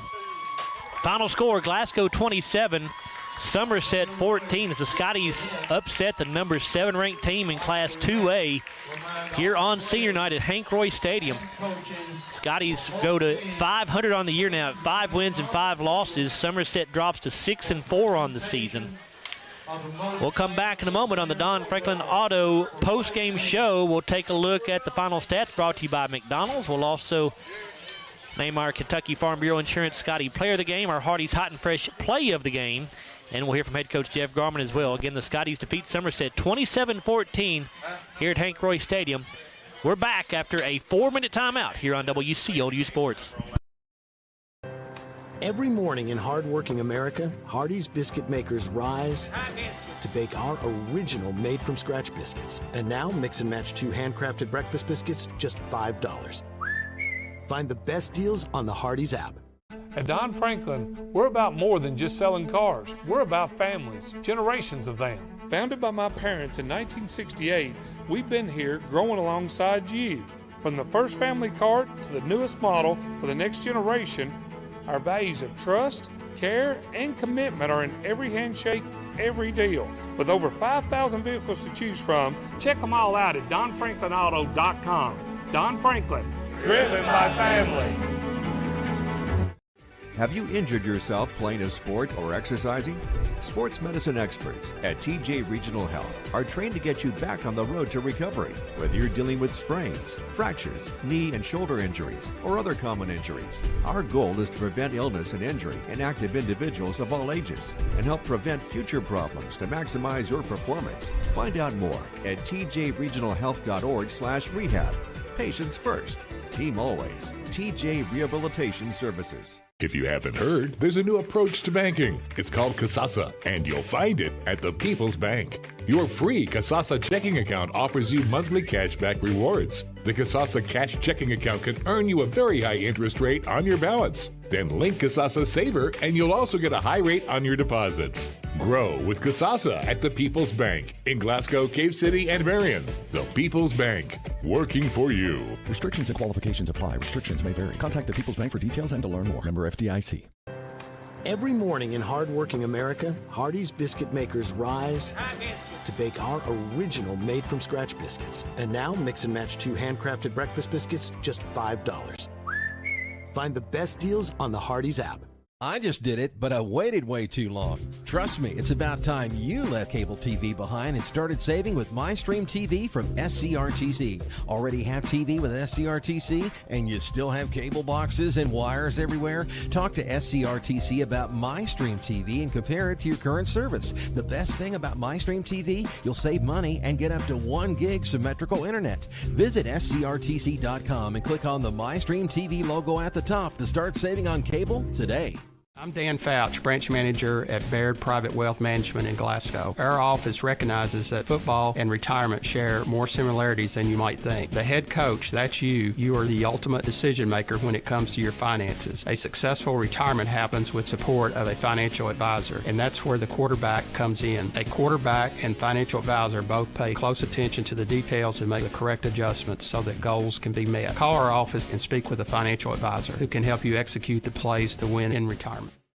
Glasgow Scotties football on WCLU 103.1 FM and AM 1490. And video streaming free at WCLUradio.com and on the Glasgow Scotties and WCLU YouTube channels. Glasgow Scotties football brought to you by Don Franklin Auto, Hardee's, Baird Private Wealth Management in Glasgow, La Nacional Restaurant, South Central Rural Telecommunications Cooperative, McDonald's, Aero Safety, Applebee's, The People's Bank, TJ Regional Health, and Kentucky Farm Bureau agent Joe Myers. It's time for the Don Franklin Auto post-game wrap-up.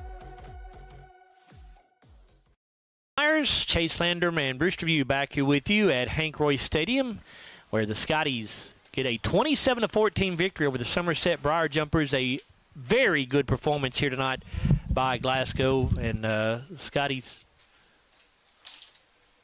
Well, Chase just took off. I'm not sure where he's going.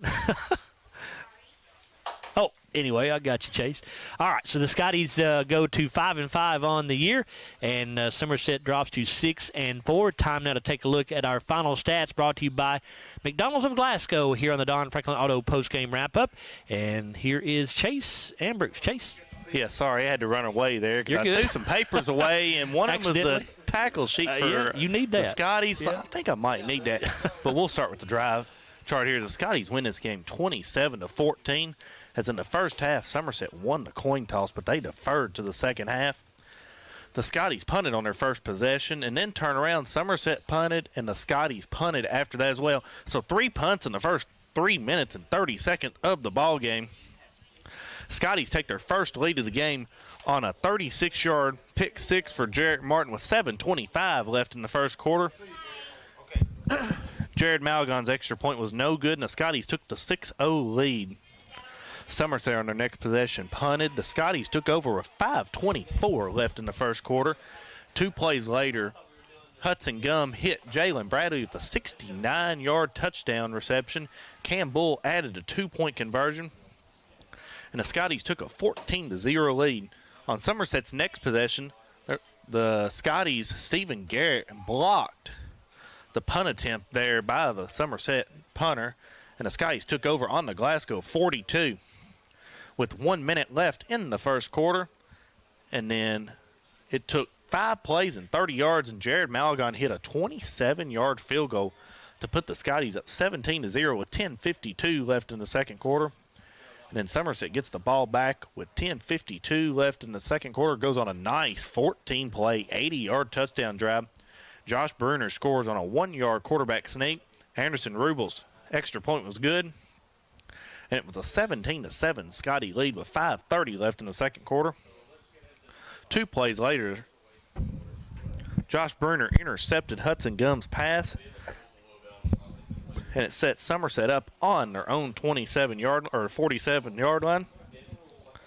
Few minutes later, the Somerset Briar Jumpers turned it over on downs with 2:37 left in the half. The Scotties were left with no timeouts as well, but they marched down with 2:37 left in the half to get a field goal on a 9-play, 67-yard drive. Jared Malagon kicked a 24-yard field goal to put the Scotties up 20-7 at the break. And then Somerset gets the ball to open up the third quarter of play. They punt on their first possession. The Scotties then score a touchdown. 4 plays, 45 yards. It was a Hudson Gum pass from to Kanan Allen for a 37-yard touchdown. Jared Malagon's extra point was good, and the Scotties took a 27-14 lead. On the next series for Somerset, Josh Bruner's pass was Somerset's Josh Bruner was intercepted there by Jarrett Martin with 5:24 left in the third quarter. And the Scotties took over there with 5:24 left in the third quarter. They held on the ball for 7 minutes, but they turned it over on downs on an 8-minute possession, where Somerset took over in the fourth quarter with 9:52 left in the ball game. They punted back to the Scotties with 7:46 left in the ball game, and it was a high snap on a 4th and about 20 where the ball was fumbled into the end zone where Austin Wallace recovered there. It was a touchdown for the Briar Jumpers, and the Scotties led 27-14. Anderson Rubel's extra point was good, and then the Scotties bled out the clock from there when they got the ball back, and the Scotties win this contest 27-14. Now for your tackles for the Briar Jumpers, we're going to start with Isaiah Lewis. He had 1. Grayson Glulock had 2. Austin Wallace had 3. Josh Bruner had 3. Chris Hughes had 3 tackles and 1 sack. John Reynolds had 3. Jacob Bartley had 2 tackles and a sack. Cameron Alsip had 3 tackles. Zach Coger with a nice game with 8 tackles, and Zach Carter had 1 for the Briar Jumpers. Now for your Scotties tackles, Jalen Bradley had 1 tackle. Trey Smith had 3 tackles and a sack. Ryder Heller had 2 tackles. Landon Martin had 5 tackles on the night for the Scotties. Kellen Stone had 3. Xander Contreras with 7 tackles on the night for the Scotties. Stephen Garrett had 2 tackles in that blocked punt attempt there for Stephen Garrett. Max Lee had 5 tackles. Kevin Massey had 4 tackles, and Parker McGowan had 2 tackles for the Scotties. All right, Chase, we'll let Coach Garman move in alongside here before Bruce does the offensive stats so Coach can get back to the locker room and take care of what he needs to take care of. The Scotties win it 27-14 tonight here over the Somerset Briar Jumpers. And, Jeff, you and I were just talking off mic here. To me, this was your most complete game, both offensively and defensively, of the season. What do you think? Let's give the offense credit. They stepped up and made some plays, and we had some big plays, and it's something we hadn't had all year. And, I've been saying it for the last 3 or 4 or 5 weeks. We're getting better. And I told the boys Thursday in the pregame, y'all are going to figure it out at some point. And it may happen this year. It may happen next year. But I think they figured a few things out tonight. Yeah. And I think they feel this will really lift their spirits. We've played some good football teams. I look back at the schedule this year, and just looking at our schedule, we've got 6 or 7 teams with winning records on our schedule. It's not like we haven't been playing good football teams. We've been playing good football teams. We've just been doing some things that hurt us. And tonight, we did some things that help you win football games. And I challenged our defense.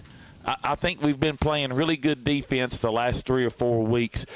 We've got to find some way on defense to score and help our offense. And tonight Jarek steps up and makes a big play and intercepts a pass and kind of gets us going and gets our confidence up and gets us going. But this night was about these seniors.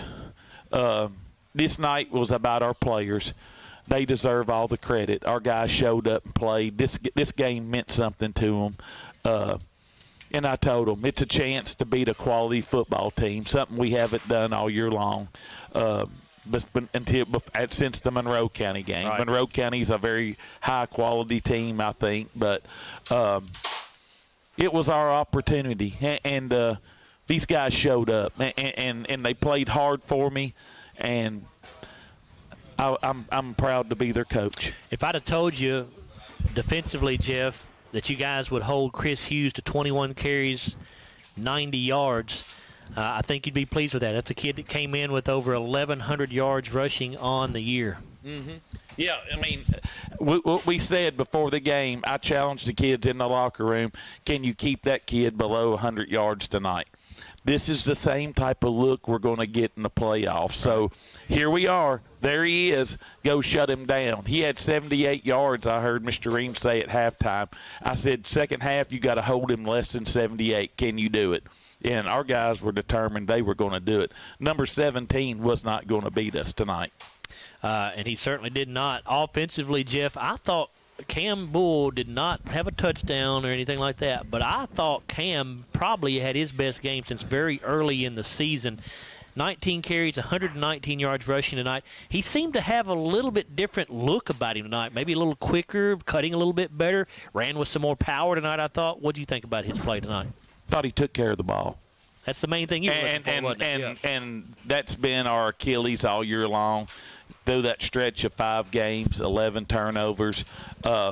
I thought we took care of the football. Hudson made one bad throw over there into some coverage, but we took care of the ball. I wasn't worried about how many yards. We just had to run the ball some. But Cameron, to me, got better as the game went on. Yep. Let's give our offensive line some credit, Definitely. too. Hey, but Cam's a really good back. He's a really good player, and when he hangs on to the football, he's as good as anybody around in this area. I really believe that. Talking about the defensive effort going back, Bruce just told me that he had Somerset for only 11 total yards in the entire second half, Jeff, so you can't ask for much better than that. I told him at halftime, we'll see how bad y'all want this. If you can turn it up even more. And I was challenging our defense. Let's see how bad you want it, and they rose to the occasion. You mentioned the big plays. Jalen Bradley catches a 69-yard touchdown pass from Hudson Gum. Kanan Allen caught a 37-yard touchdown pass. Big play. Kanan made a really nice adjustment on that ball, too, and then made slipped a tackle down at the 5-yard line. Jarrett Martin makes a big catch down here right before halftime up against 3 defenders, and give those boys credit. I mean, we gave them opportunities to make plays, and they did. And that's what makes an offense be able to score 27 points. I felt like we left some points out there. I thought we could have scored some more. We were trying to be it's a hard battle to be conservative, run the clock, and also put up points. But I thought we did a really good job tonight. I'm just so proud of the kids. And then I got to get you to comment on Jared Malagon, Jeff. Jared had not even attempted a field goal this year, but you guys showed confidence in him twice tonight. He gets a field goal from 27 and a field goal from 24. The one right before halftime, I thought, gave you guys a little extra momentum going into the locker room. Just talk about what he meant tonight. Well, it was points. And we've been in a situation before where we're in some short yardage situations. And I said to myself before this game started tonight, I'm not turning down any points. If we have to kick field goals tonight, we're going to kick some field goals. And that's what we did. Jared has kicked awesome all year long. I mean, it's one of the better kicking performances, I think, for a whole year of someone that I've seen here in a while. So, since I've been here, let's say 15 years. But, we've had some pretty good kickers along the way too. But I just thought Jared's been solid all year long. And now, of course, this ends your regular season, Jeff. You go on the road. Long road trip next Friday night to take on Union County over in Morganfield. We all know what they're going to do. They've got a back. The last name of Johnson. He was a sophomore when we went over there 2 years ago. He ran pretty well against us then.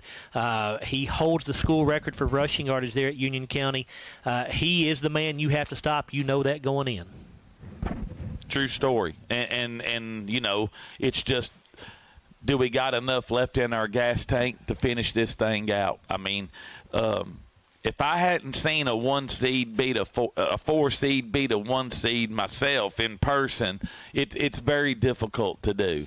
There's a reason. There's your 1 seeds and your 4 seeds, and we haven't for a year. We haven't played to the standard that we wanted to play at. We've been striving. We've been continuing working. We've been continuing coaching the kids hard. We've gotten better. I look forward to going over there in the playoffs and seeing how we can do. Jeff, appreciate your time. Congrats on the win. Very nice win for your ball club. We'll see you next week. One last thing. I just want to say again, thank you to these seniors. A great group. What a way to end your career.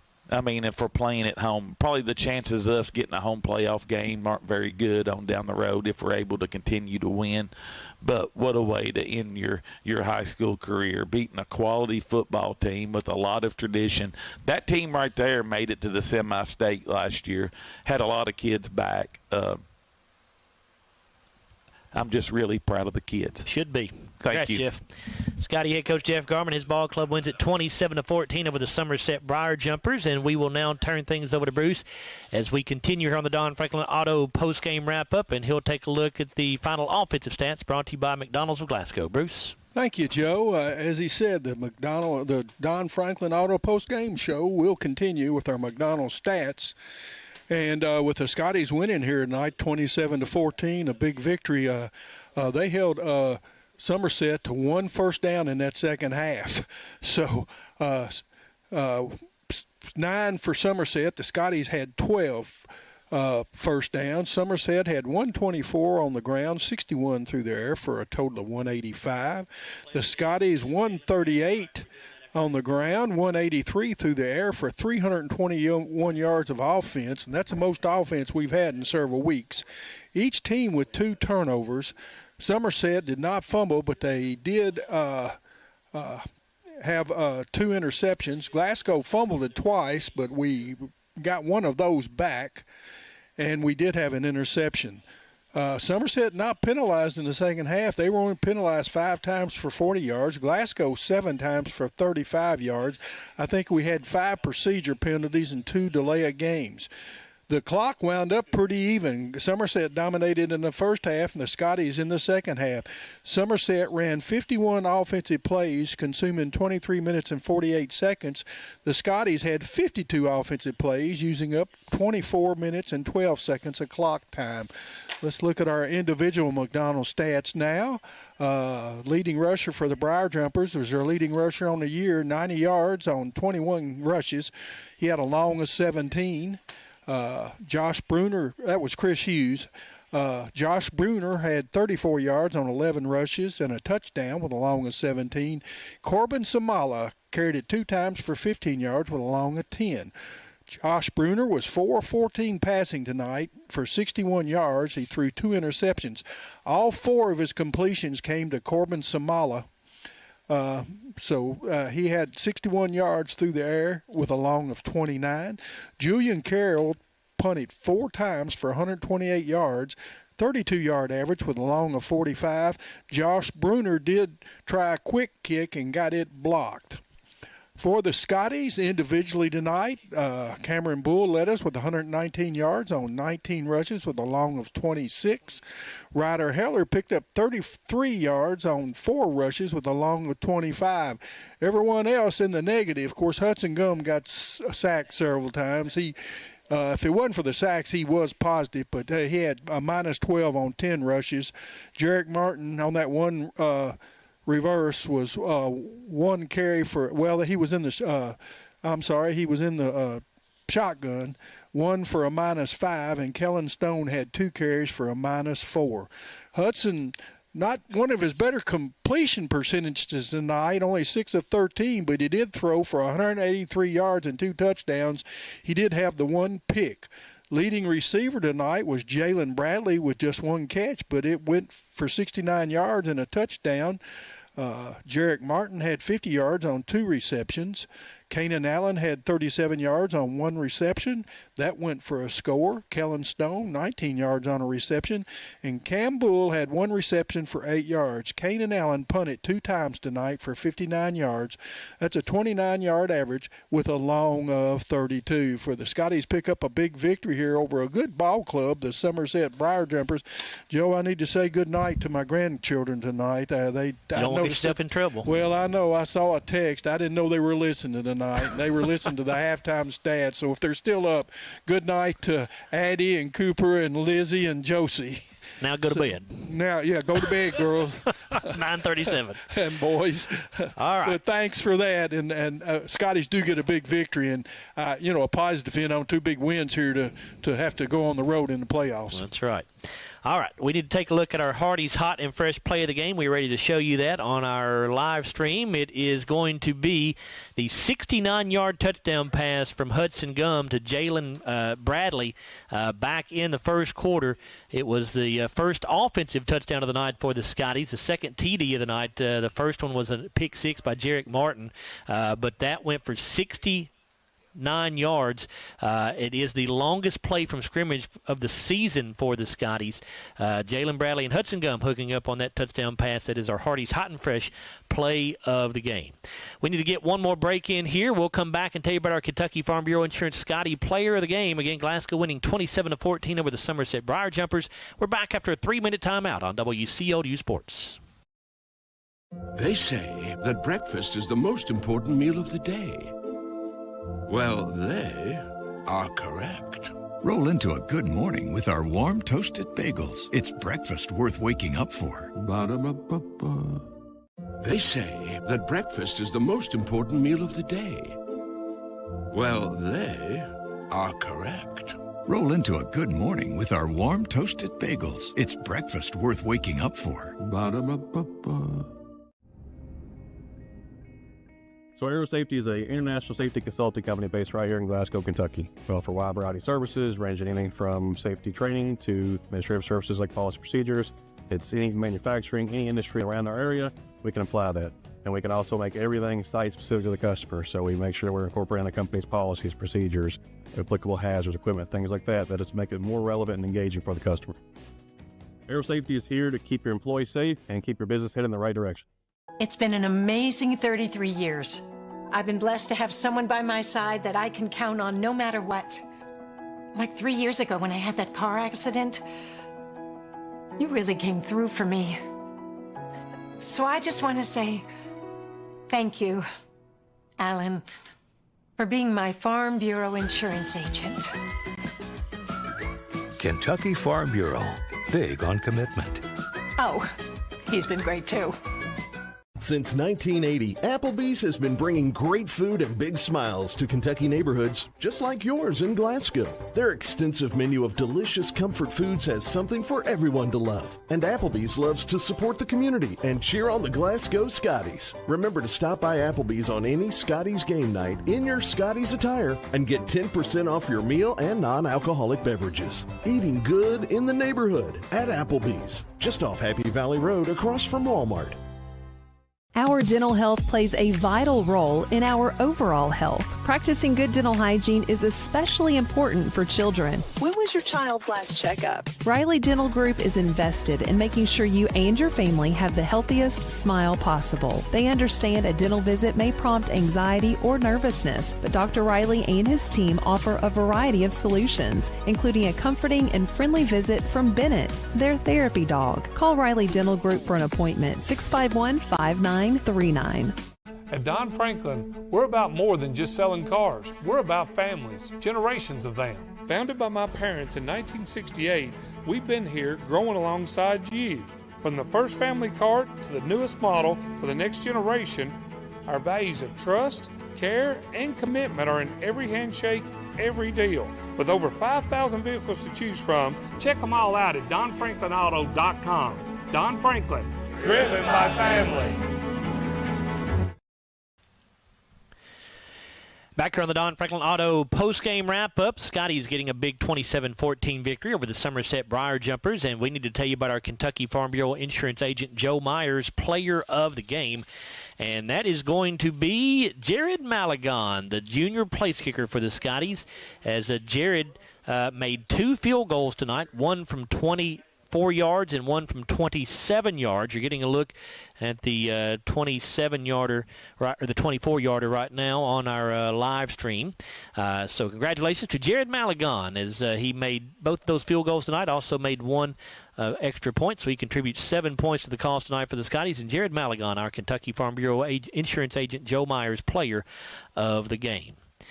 So we will look forward now to next week. Regular season has come to an end, and from here on out, it's win or go home. The Scotties will go to Union County as an underdog next week. Union County, the number 1 seed out of District 1. Glasgow, the number 4 seed out of District 2.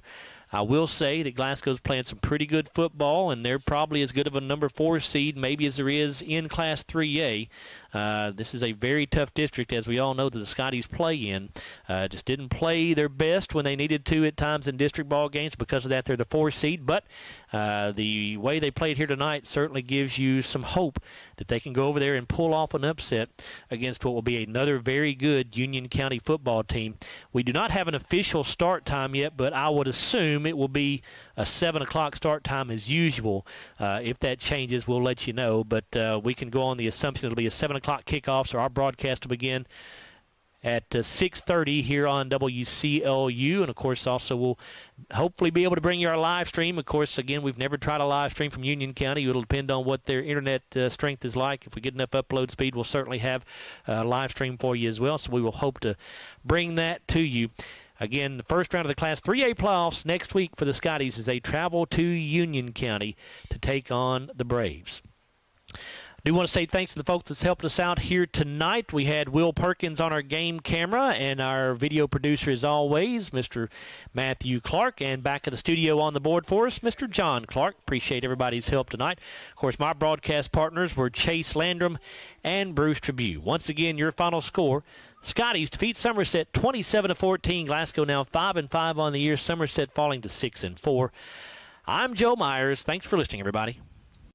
Scotties football on WCLU 103.1 FM and AM 1490. Brought to you by Don Franklin Auto, Applebee's, Baird Private Wealth Management in Glasgow, La Nacional Restaurant, South Central Rural Telecommunications Cooperative, McDonald's, Aero Safety, Hardee's, The People's Bank, TJ Regional Health, and Kentucky Farm Bureau agent Joe Myers. Follow all Glasgow High School Scotties sports right here. Your home for local WCLU. A presentation of Seven Mountains Media Sports.